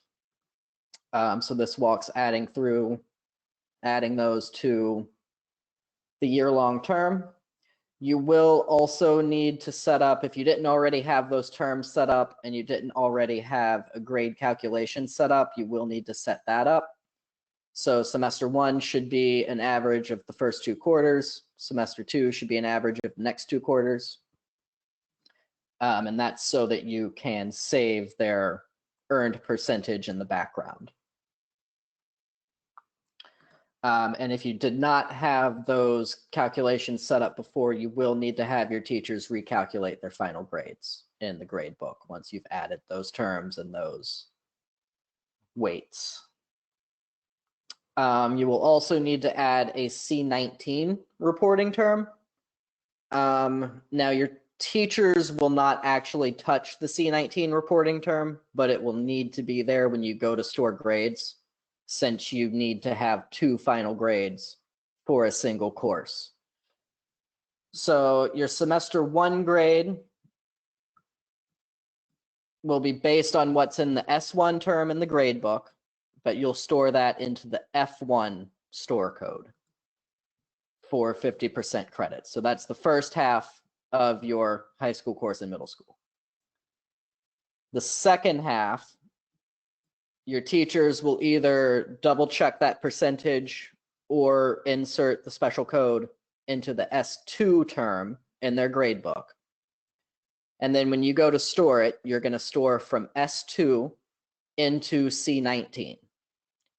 And we have a script that PowerSchool is running daily at 11 a.m. and 1 a.m. It's going to look for any stored grade in C19, and it's going to move it over to F1.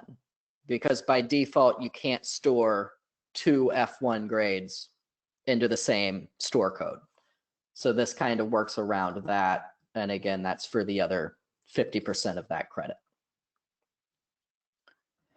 And we've also got guidance here. If a teacher cannot get in touch with a student to find out, you know, do you want the code or do you want the grade for your high school course in middle school? This walks through how to change that later. And there is a time limit on that, right? We've got until, we only have so long to make those changes, correct? That's correct. There is a time limit. We'll be sure to add that in here for sure. And this just walks through a few. If you stored a code and they need a percentage, it goes through that, and vice versa. If you stored a percentage and they need a code. And again, we've got our intended outcome sample report cards.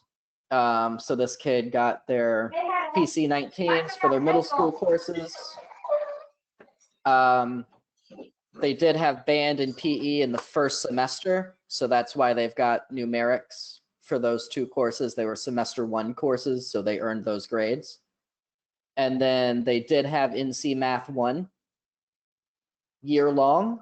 So for the first half of that, they've got their first semester average. And then for the second half of that, they elected to receive the special code. And this is what that transcript would look like for that NC Math 1. They've got the first half with their grade from semester 1 and the second half with the code they chose for semester 2. And again, same questions feedback form as the last document. Anything there we missed, Rob or Justin? No, I think we're good. I think the one thing I just would like to add for any new coordinators out there, John hit on it a little bit. We had to add a C19 course code in order to make sure that we could do this without having to drop any students out of year-long courses into sections, which would have been very tedious work, moving kids around a lot of room for error. We felt that this was the best way to allow you out in the field to do this process based on the new state board policy without having to move a single child. So I'm very pleased with the results.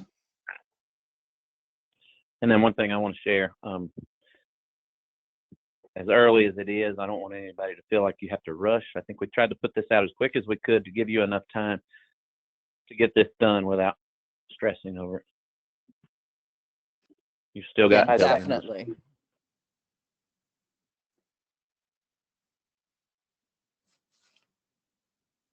Definitely. No need to store grades until end of year. You have time to work this out and ask questions.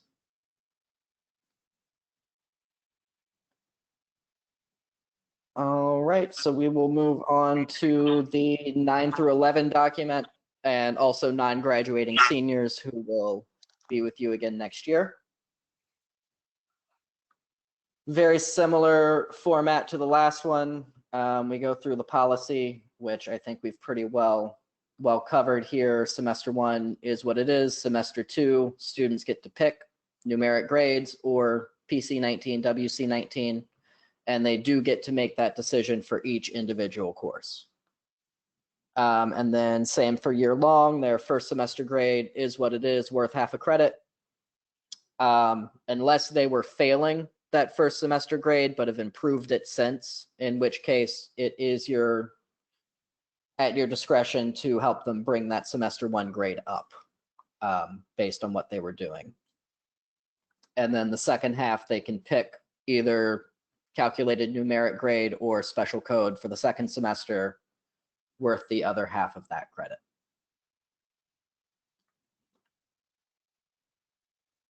So very similar. So there's semester 2 courses, you'll add your special codes. Teachers will reach out, find out what the students want, and enter those overrides into F1 as they're chosen. And again, students can improve their grades through remote learning. We don't want anyone working hard to fail just because of all this. And then you will store your grades for your semester 2 classes, F1 to F1, for 100% credit, just like normal. But again, make sure you're using the additional filter so that you're not overriding your seniors. And then year-long courses, same thing we just talked about. You'll add your special codes. You will need to make sure you've got S1 and S2 reporting terms if you don't already, and add those grade calculations if you don't already. And if you don't have those calculations and you just added them, the teachers will need to recalculate their final grades to generate those semester averages. Then you'll need to add your C19 reporting term. Again, this is just so administrators can store into that code. Teachers don't need to mess with that reporting term. Then once you've got those terms added, your teachers have reached out, gotten student preferences, gotten those all entered into the grade book. Again, you'll store your S1 grades. So from semester 1 in the teacher grade book to the F1 final grade store code for 50% credit for year-long courses. And again, use your grade level filter options to make sure you're not overwriting for seniors or for anyone else who might be enrolled. I know there's K-12 charters out there, so that filter option will be very important for you guys. And then same thing, you'll store for semester 2. So out of the teacher's S2 term and their grade book, you'll store into C19. Again, 50% credit for only the grade levels you're working with, 9 through 11 in this case.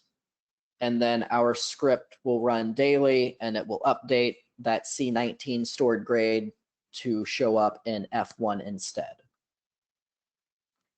And then we've got the same guidance of updating grades if necessary. So if you get back to school and student comes up and, you know, couldn't get their preference communicated to you or whatever it may be, this will walk you through changing that stored grade from a code to numeric or vice versa. And then this is our intended results. So we have a sample report card. So this student had AP Art History year long. So their semester 1 grade was an 86, and that's what we stored. Semester 2, they elected to receive a 94 rather than the special code. So this 94 was stored into C19, and then our script updated it to go into F1 instead. And you'll note that it added C19 to the course name, and it tweaked the course number just a little bit there. And that is to allow the report card to generate successfully. And it also makes it a little bit clearer when you're looking at it what's going on. They were also in a year-long AP World History. So they've got their semester 1 grade of a 92. and they chose to receive a special code, the PC19, for the second half. And then the rest of these are semester courses. They could have been semester 1 or semester 2, according to, graded according to what the student chose, a grade or a numeric. And this is how that will look on the transcript.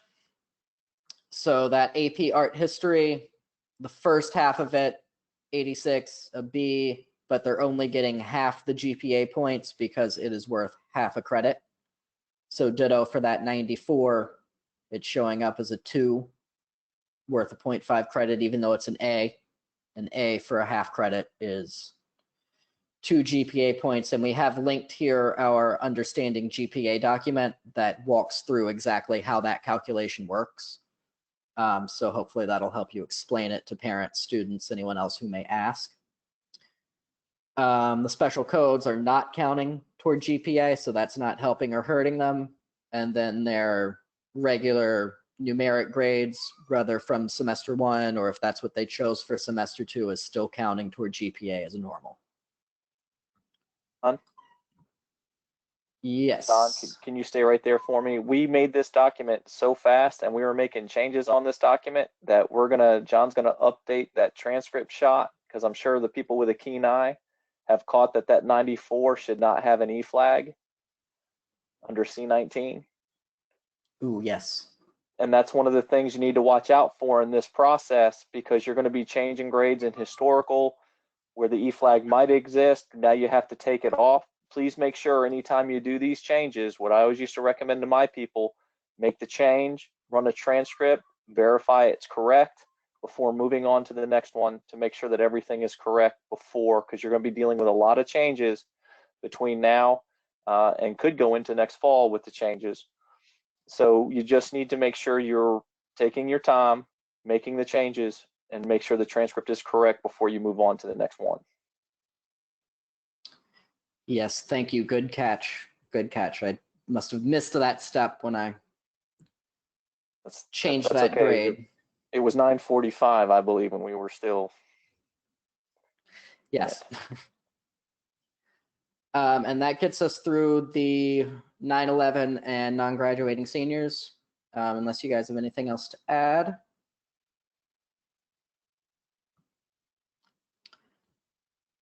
And do we want to look at understanding GPA or the senior document again? In case someone has not seen understanding GPA, because I've gotten a lot of questions about that, about where it's located, could you just pull that up real quick?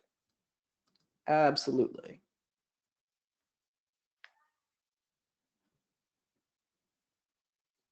This is the understanding GPA.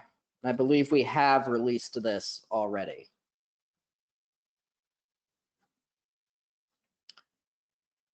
So this walks through, for a regular course worth 1 credit, this is the number of GPA points earned per each grade range. And we included the numeric grade equivalents here just for reference, even though North Carolina, we're only giving these numerics. Usually. We've got a table for 2 credit courses too, so there are some courses out there that are worth double credits, in which case an A is going to give them 8 GPA points rather than 4. When we talk about semester 2 courses are not counting. Year-long courses, this is where that weird half GPA comes in. So since the GPA is based on their points and their potential credits, the year-long courses are only going to award half GPA points because they're worth half a credit. So the normal number of GPA points times 0.5 is what's going to show up on the transcript. So an A is going to give them 2 GPA points on the transcript. And then we also walk through a final overall GPA, how that's calculated on the transcripts. So in a normal year, if this was their 4 courses that they had in 9th grade or whatever on the transcript, they would take their total earned GPA points and their earned credits that are eligible toward GPA. They're going to divide their earned GPA points by the number of earned potential or number of potential credits that count toward GPA. So in this case, it's 13 divided by 4. So their overall GPA is a 3.25. If we take the same student and add a Spanish 2 year-long course that got split due to COVID-19, their 97 for half a credit is awarding them those GPA points. Their PC 19 is not. Their total number of earned credits is 5, but only 4.5 of those are counting toward GPA. So with those added in, their GPA calculation is going to be 15 divided by 4.5, so a 3.33. This A for half a credit in Spanish 2 has increased their GPA from 3.25 to 3.33. The PC 19 has not had any effect on that GPA. Thank you, John. I appreciate that. I think that'll do if you want to go back to the slide presentation now. Gotcha. And this may be here. Yeah, here, I'll pass it back to you. We hope as they're passing back, I do want to give a couple compliments to some people. Justin knows the people at DPI a little bit better than I do. A lot of the year-long course stuff, keeping it as clean as we could, dealt with several other departments at DPI. We had someone who wrote those scripts who worked on them for several days to make them right. Without that script, none of this would have been possible for year-long courses, as well as our QA team who tested it to make sure it was right before we put it out. And really all the people at DPI that helped us write the rules to make sure we were putting those rules in place and the right documents to you all. So there was a whole lot of people that went into this process, and I just want to give them a thank you while I'm with you guys, because without them, we would not have been able to do this as well as we did it. Thanks, Justin. All right. All right, so I'm going to pause here before we move on because we do have a lot of questions. I'm going to run through them, and John, if there's any you see that you can respond to, I've been responding to them as I've read through them so that we don't have to go through all of them as a group. But one question, if our 6th grade is still at elementary level, then could they get the NG19? Rob? That's a good question. I would like to take that back, because I believe the guidance says grades 6 through 8 and doesn't necessarily say middle school. So I think we just need to take that one back. I don't know if that means 6th grade is housed in a K-5 building, because the course codes would be middle school course codes for 6th graders. Yeah, that's correct. So if they're using a middle school course code, I'm just going to put in here that they should follow the 6 through 8. Yep, agreed.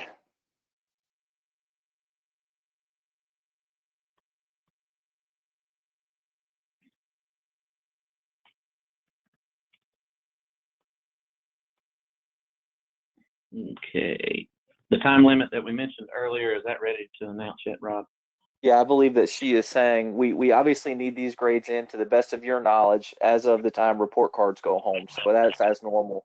What is being out there is that the first 45 days of the fall semester, students will have an opportunity to come back and say, no, I want the numeric grade, or I want the PCWC 19 next year.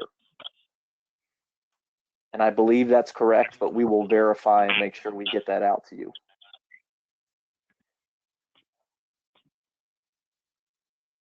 Okay, yes, the questions will be shared. I'm just going to go through these quick. If we do a local report card for K2, which many districts do, I know that, are they required to use NG19? Or what if they do not store elementary grades at all in PowerSchool?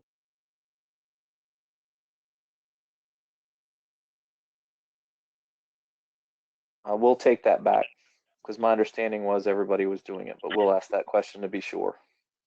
And similar question from a charter school, they don't use PowerSchool at all. So how will they do that in their own system? We'll have to ask. Will they still be able to change grades in 45 days after school starts? At which school? Yes. Yes, we'll have to put out guidance on how to change those grades, but they still will be able to change them into the new school year. And I understand all the intricacies that goes with that. So we'll have a lot of conversations with the academic folks to make sure we're on point with our directions to you.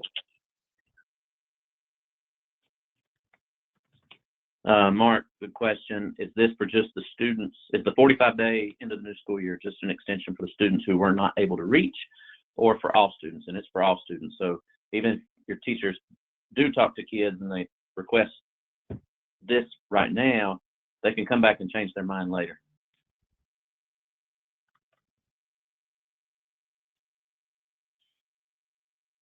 What about students who change schools? Yep. That's the So clarification. more on the 45-day extension will come. Yeah, that's the clarification I'm asking, just to see how that will work. So we just need, fortunately, we have a little time on that. So we'll get those answers to you when they're relevant.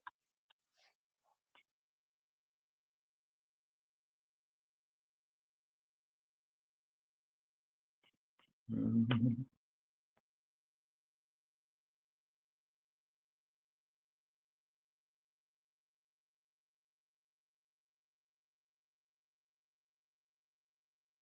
Our high school has been given the task of counseling the students in grades 9 through 11 regarding whether or not to take the numeric or the PC-19. Do you all have any suggestions on this?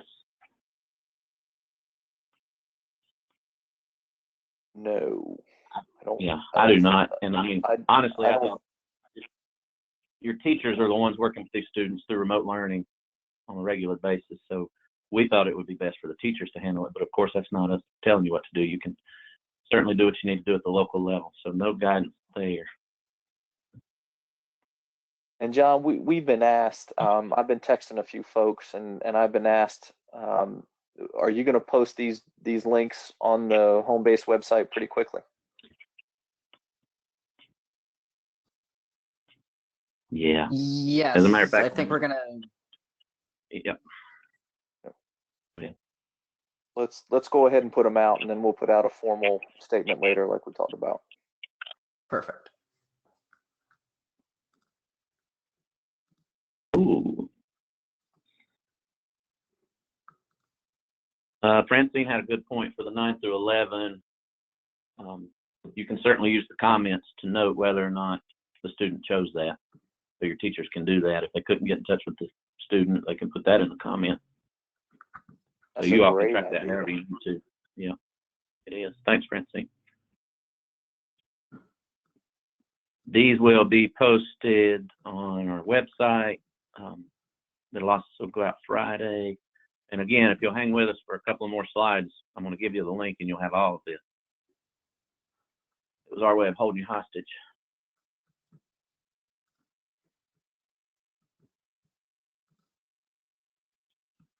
I'm just making sure there's no other questions that we need to address with the whole group. We will answer these questions. If we don't address them here, we're going to download this and try to put together an FAQ for you. A lot of questions about the K-5 if they don't use our report card. And please remember, it is, if you're concerned about your question getting answered at the end of the documents, there's that slide to input a question or give us a question, and we will definitely answer it. We're watching it. It shoots it right into a spreadsheet, and we'll make sure that you get your question answered. There's no recommendation on whether or not there should be a default for students that can't be reached, so that's a local decision. If you all want to go with the PC-19 or WC-19 versus the numerical, that's fine, but no guidance from the state level on that.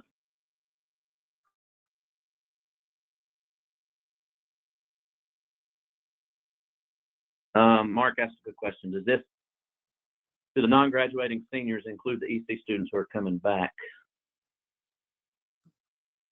If you know they're coming back, then yes, unless Rob says otherwise. No, I'd say that's a good answer.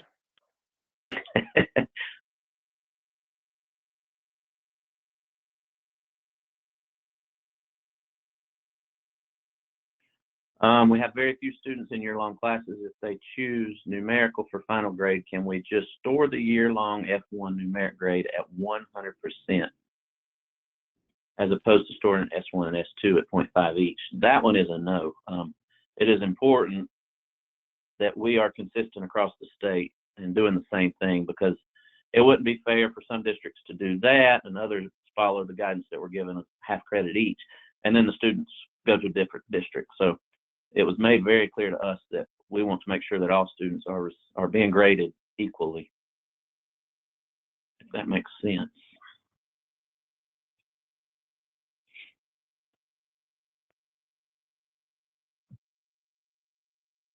There was a question about seniors. I'm not looking at it, but I remember seeing it a few minutes ago.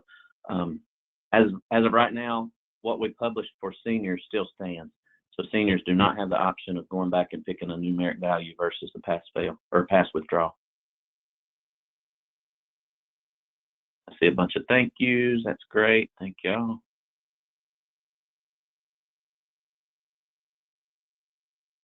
John, are you seeing any questions we need to address? I see a really good one about NC VPS year-long courses just came in. VPS doesn't post S1 grades. So will VPS be providing S1 grade to split that credit, or are they just taking the one final grade? That's a good question that we're going to have to go back with. Yeah, that's a real good one. I don't want to answer that right now because I don't want to answer that incorrectly. John, for elementary schools using standards-based grading, do they have to store final grades with the NG19? I think we'll need to get clarification on that one. Really, for if they're using standards or if they're not using PowerSchool for, like, say, K2 grading or something like that, I think we need to go back and find out if that NG19 is required for all or if we have some flexibility there. Yeah, I second that. I think that's a good idea. Let's take that one back too.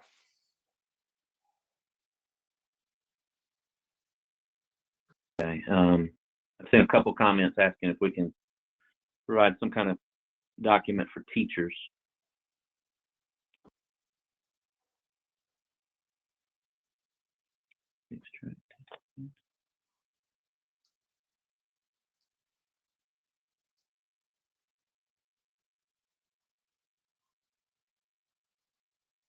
Making sure we cover them all while we've got everybody together. Still got almost 200 people on the call, so thanks for staying with us. I know we've kept you for 2 hours now.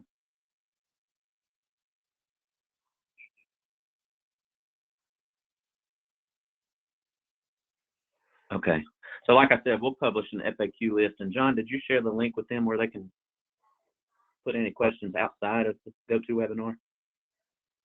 Yes, so that link, it's at the end of all of the grading documents, and I'll also drop that link into the chat for you guys, just in case you want to go straight there. We'll also download all these questions out of GoTo and make sure that they are answered either in an FAQ document or directly, as the case may be.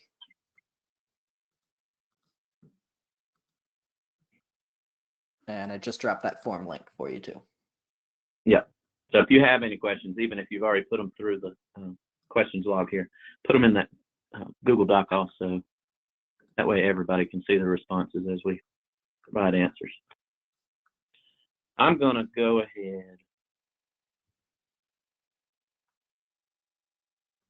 and skip that slide. Oh, John, go ahead and drop that bit.ly for me that's on this slide. Oh, yeah, to the deck. So this bit.ly will get you to this presentation, and you'll be able to access all those documents that we just went over. There you go.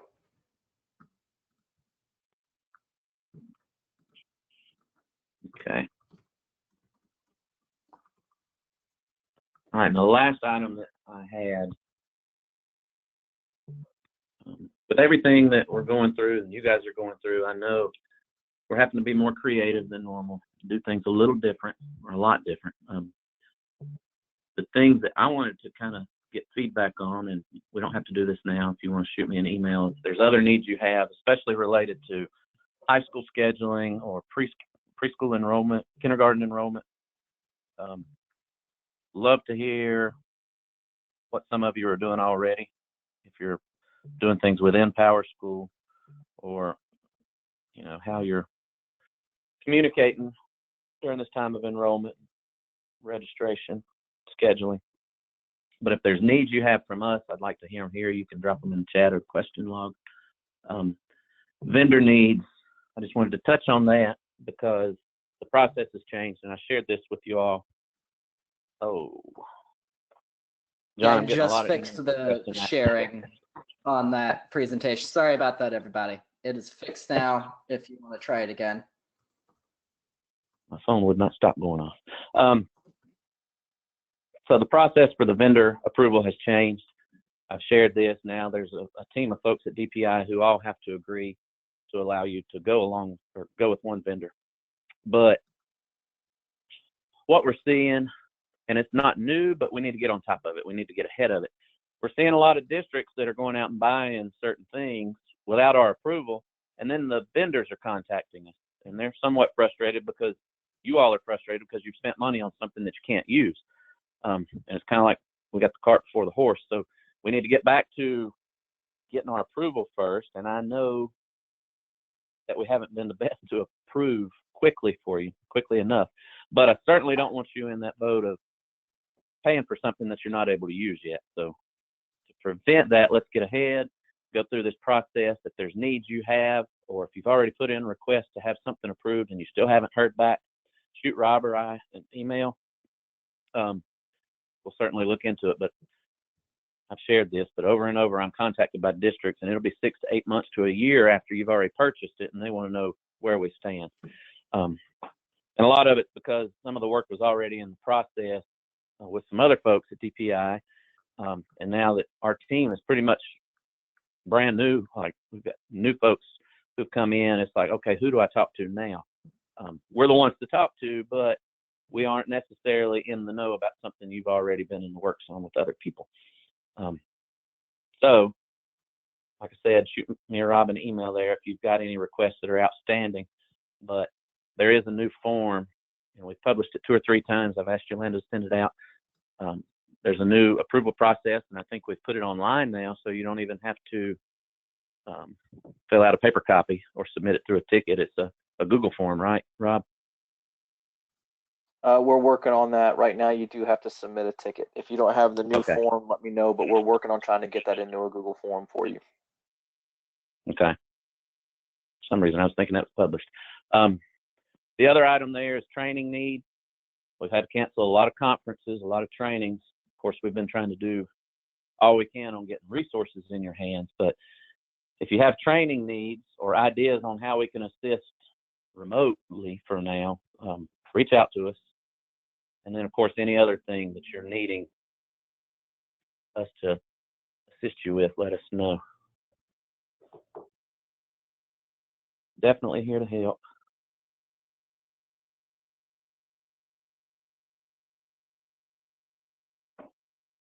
That is the end of our presentation. We're at 12:08. We'll take any other questions, or if we want to talk about any of the needs that you have, we can do so now. Before you drop off, it is important that you provide feedback. Leadership looks at the feedback. We look at the feedback. We use that as we move forward to future presentations and meetup agendas. So please take time to do that for us. Again, we're going to use the sign-in sheet to identify folks who did not attend, and we will be reaching out to those districts. Dr. Wren asked us this morning to make a point to find out who didn't attend so that we can get these documents and resources in your hands. So we'll post it online. It'll be shared through the bulletin, and then we'll be reaching out to those who couldn't attend. Seeing any questions, John?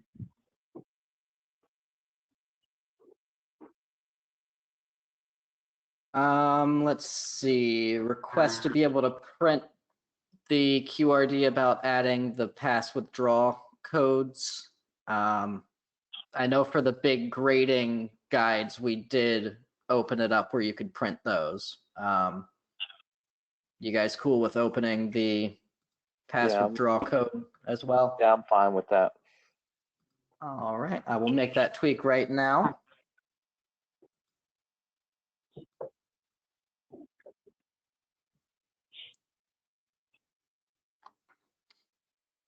Oh, and the dates on that feedback form are February, apparently. But I guess we can filter it by the submission date, I guess. Yeah, and I'm fixing those right now. Awesome, thank you.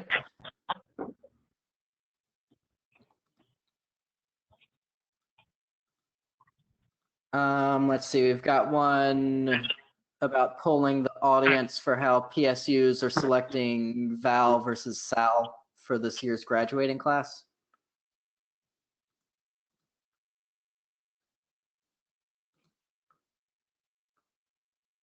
Say that one more time. It says how PSUs are selecting Val/Sal for this year's graduating class. I'm not sure if you can clarify that a little bit more. Well, I'm not sure that we can answer that. That's more of what I would recommend to that individual is they call several coordinators and that they're comfortable with and know and say, hey, what are you guys doing for Val and Sal? Because that is very much a local decision that I'm not sure we can get into with the breadth that needs to happen.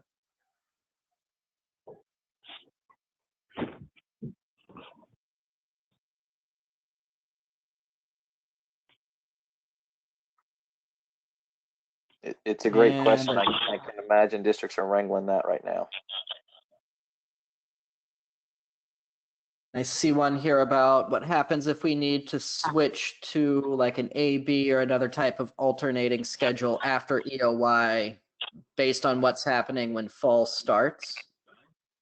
And if I'm understanding right, that'll just be a sort of a scheduling issue on the PSU side, but we will definitely release any guidance that is appropriate as we get closer.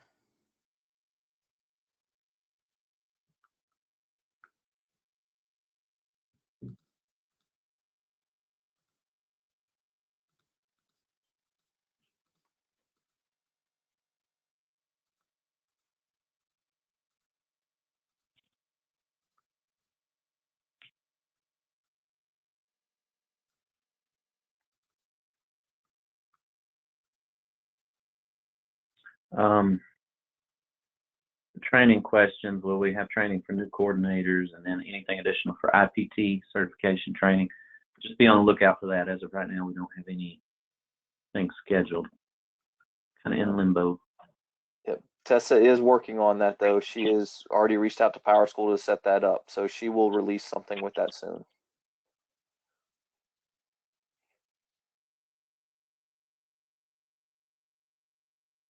Looks like that's about it.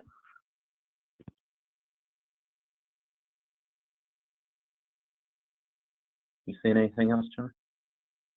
I do see one about the PowerSchool 1920 shared folder and the drive not giving access. Are we still sharing that same folder? Or can't remember if we got away from that.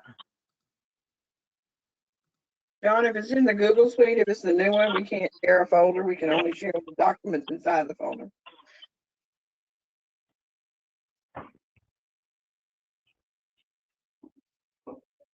Gotcha. Yeah, I was thinking we were getting away from that and just sharing the documents directly. Yes, because we've had to use the Google Suite now. Yep.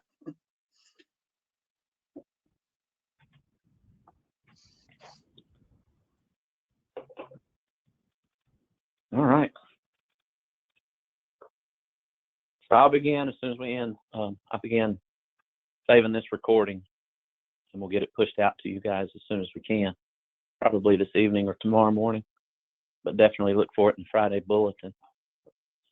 And I appreciate y'all hanging in there with us for over 2 hours. A lot of stuff we packed into a 2-hour window, but hopefully it was thorough enough to where you can take it back and skim through it with your cohorts, other folks in the building at the district office, and there's anything you need in addition to this, just reach out, or if you've got suggestions on changes that you would like to see within the documents, send that over to our team. We'll certainly look at it and consider it. Rob, anything to add? John? Cammie? Thanks Okay. for sticking in there. I Yeah, know it's a lot. yep. Thank you guys. The feedback is all updated. You can do the feedback right now. And I just want to say thank you. We are in unprecedented times, and we're all working through it. I appreciate your patience as we try to help you manage this time, and we are always here for you. So just let us know what you need.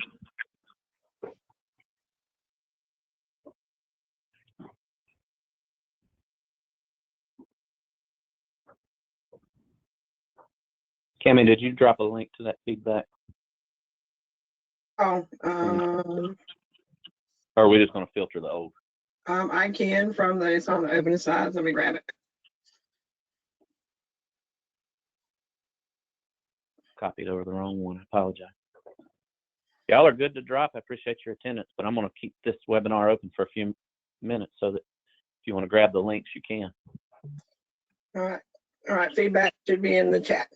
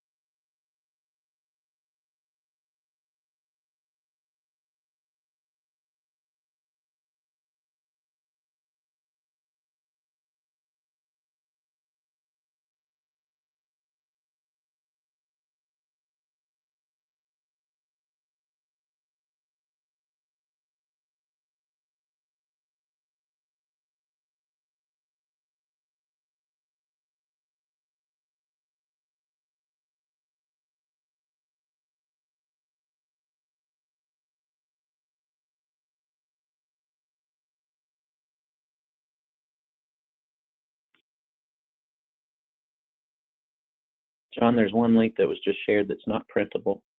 If you could fix that one. Yes, I will double check all of these grading documents and GPA and stuff and make sure printing access is open. Give me like 4 minutes.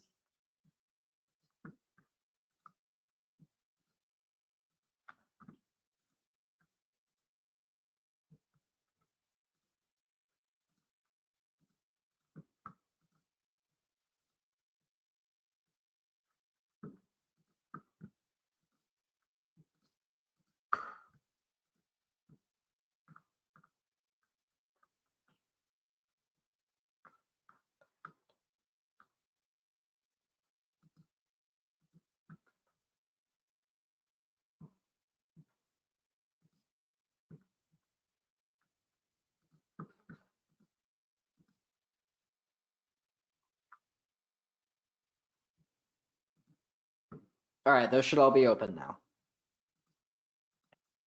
All right, thank you.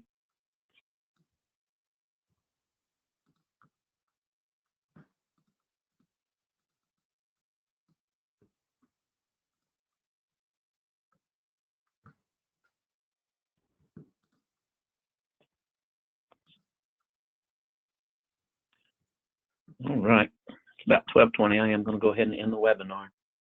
Thank you all.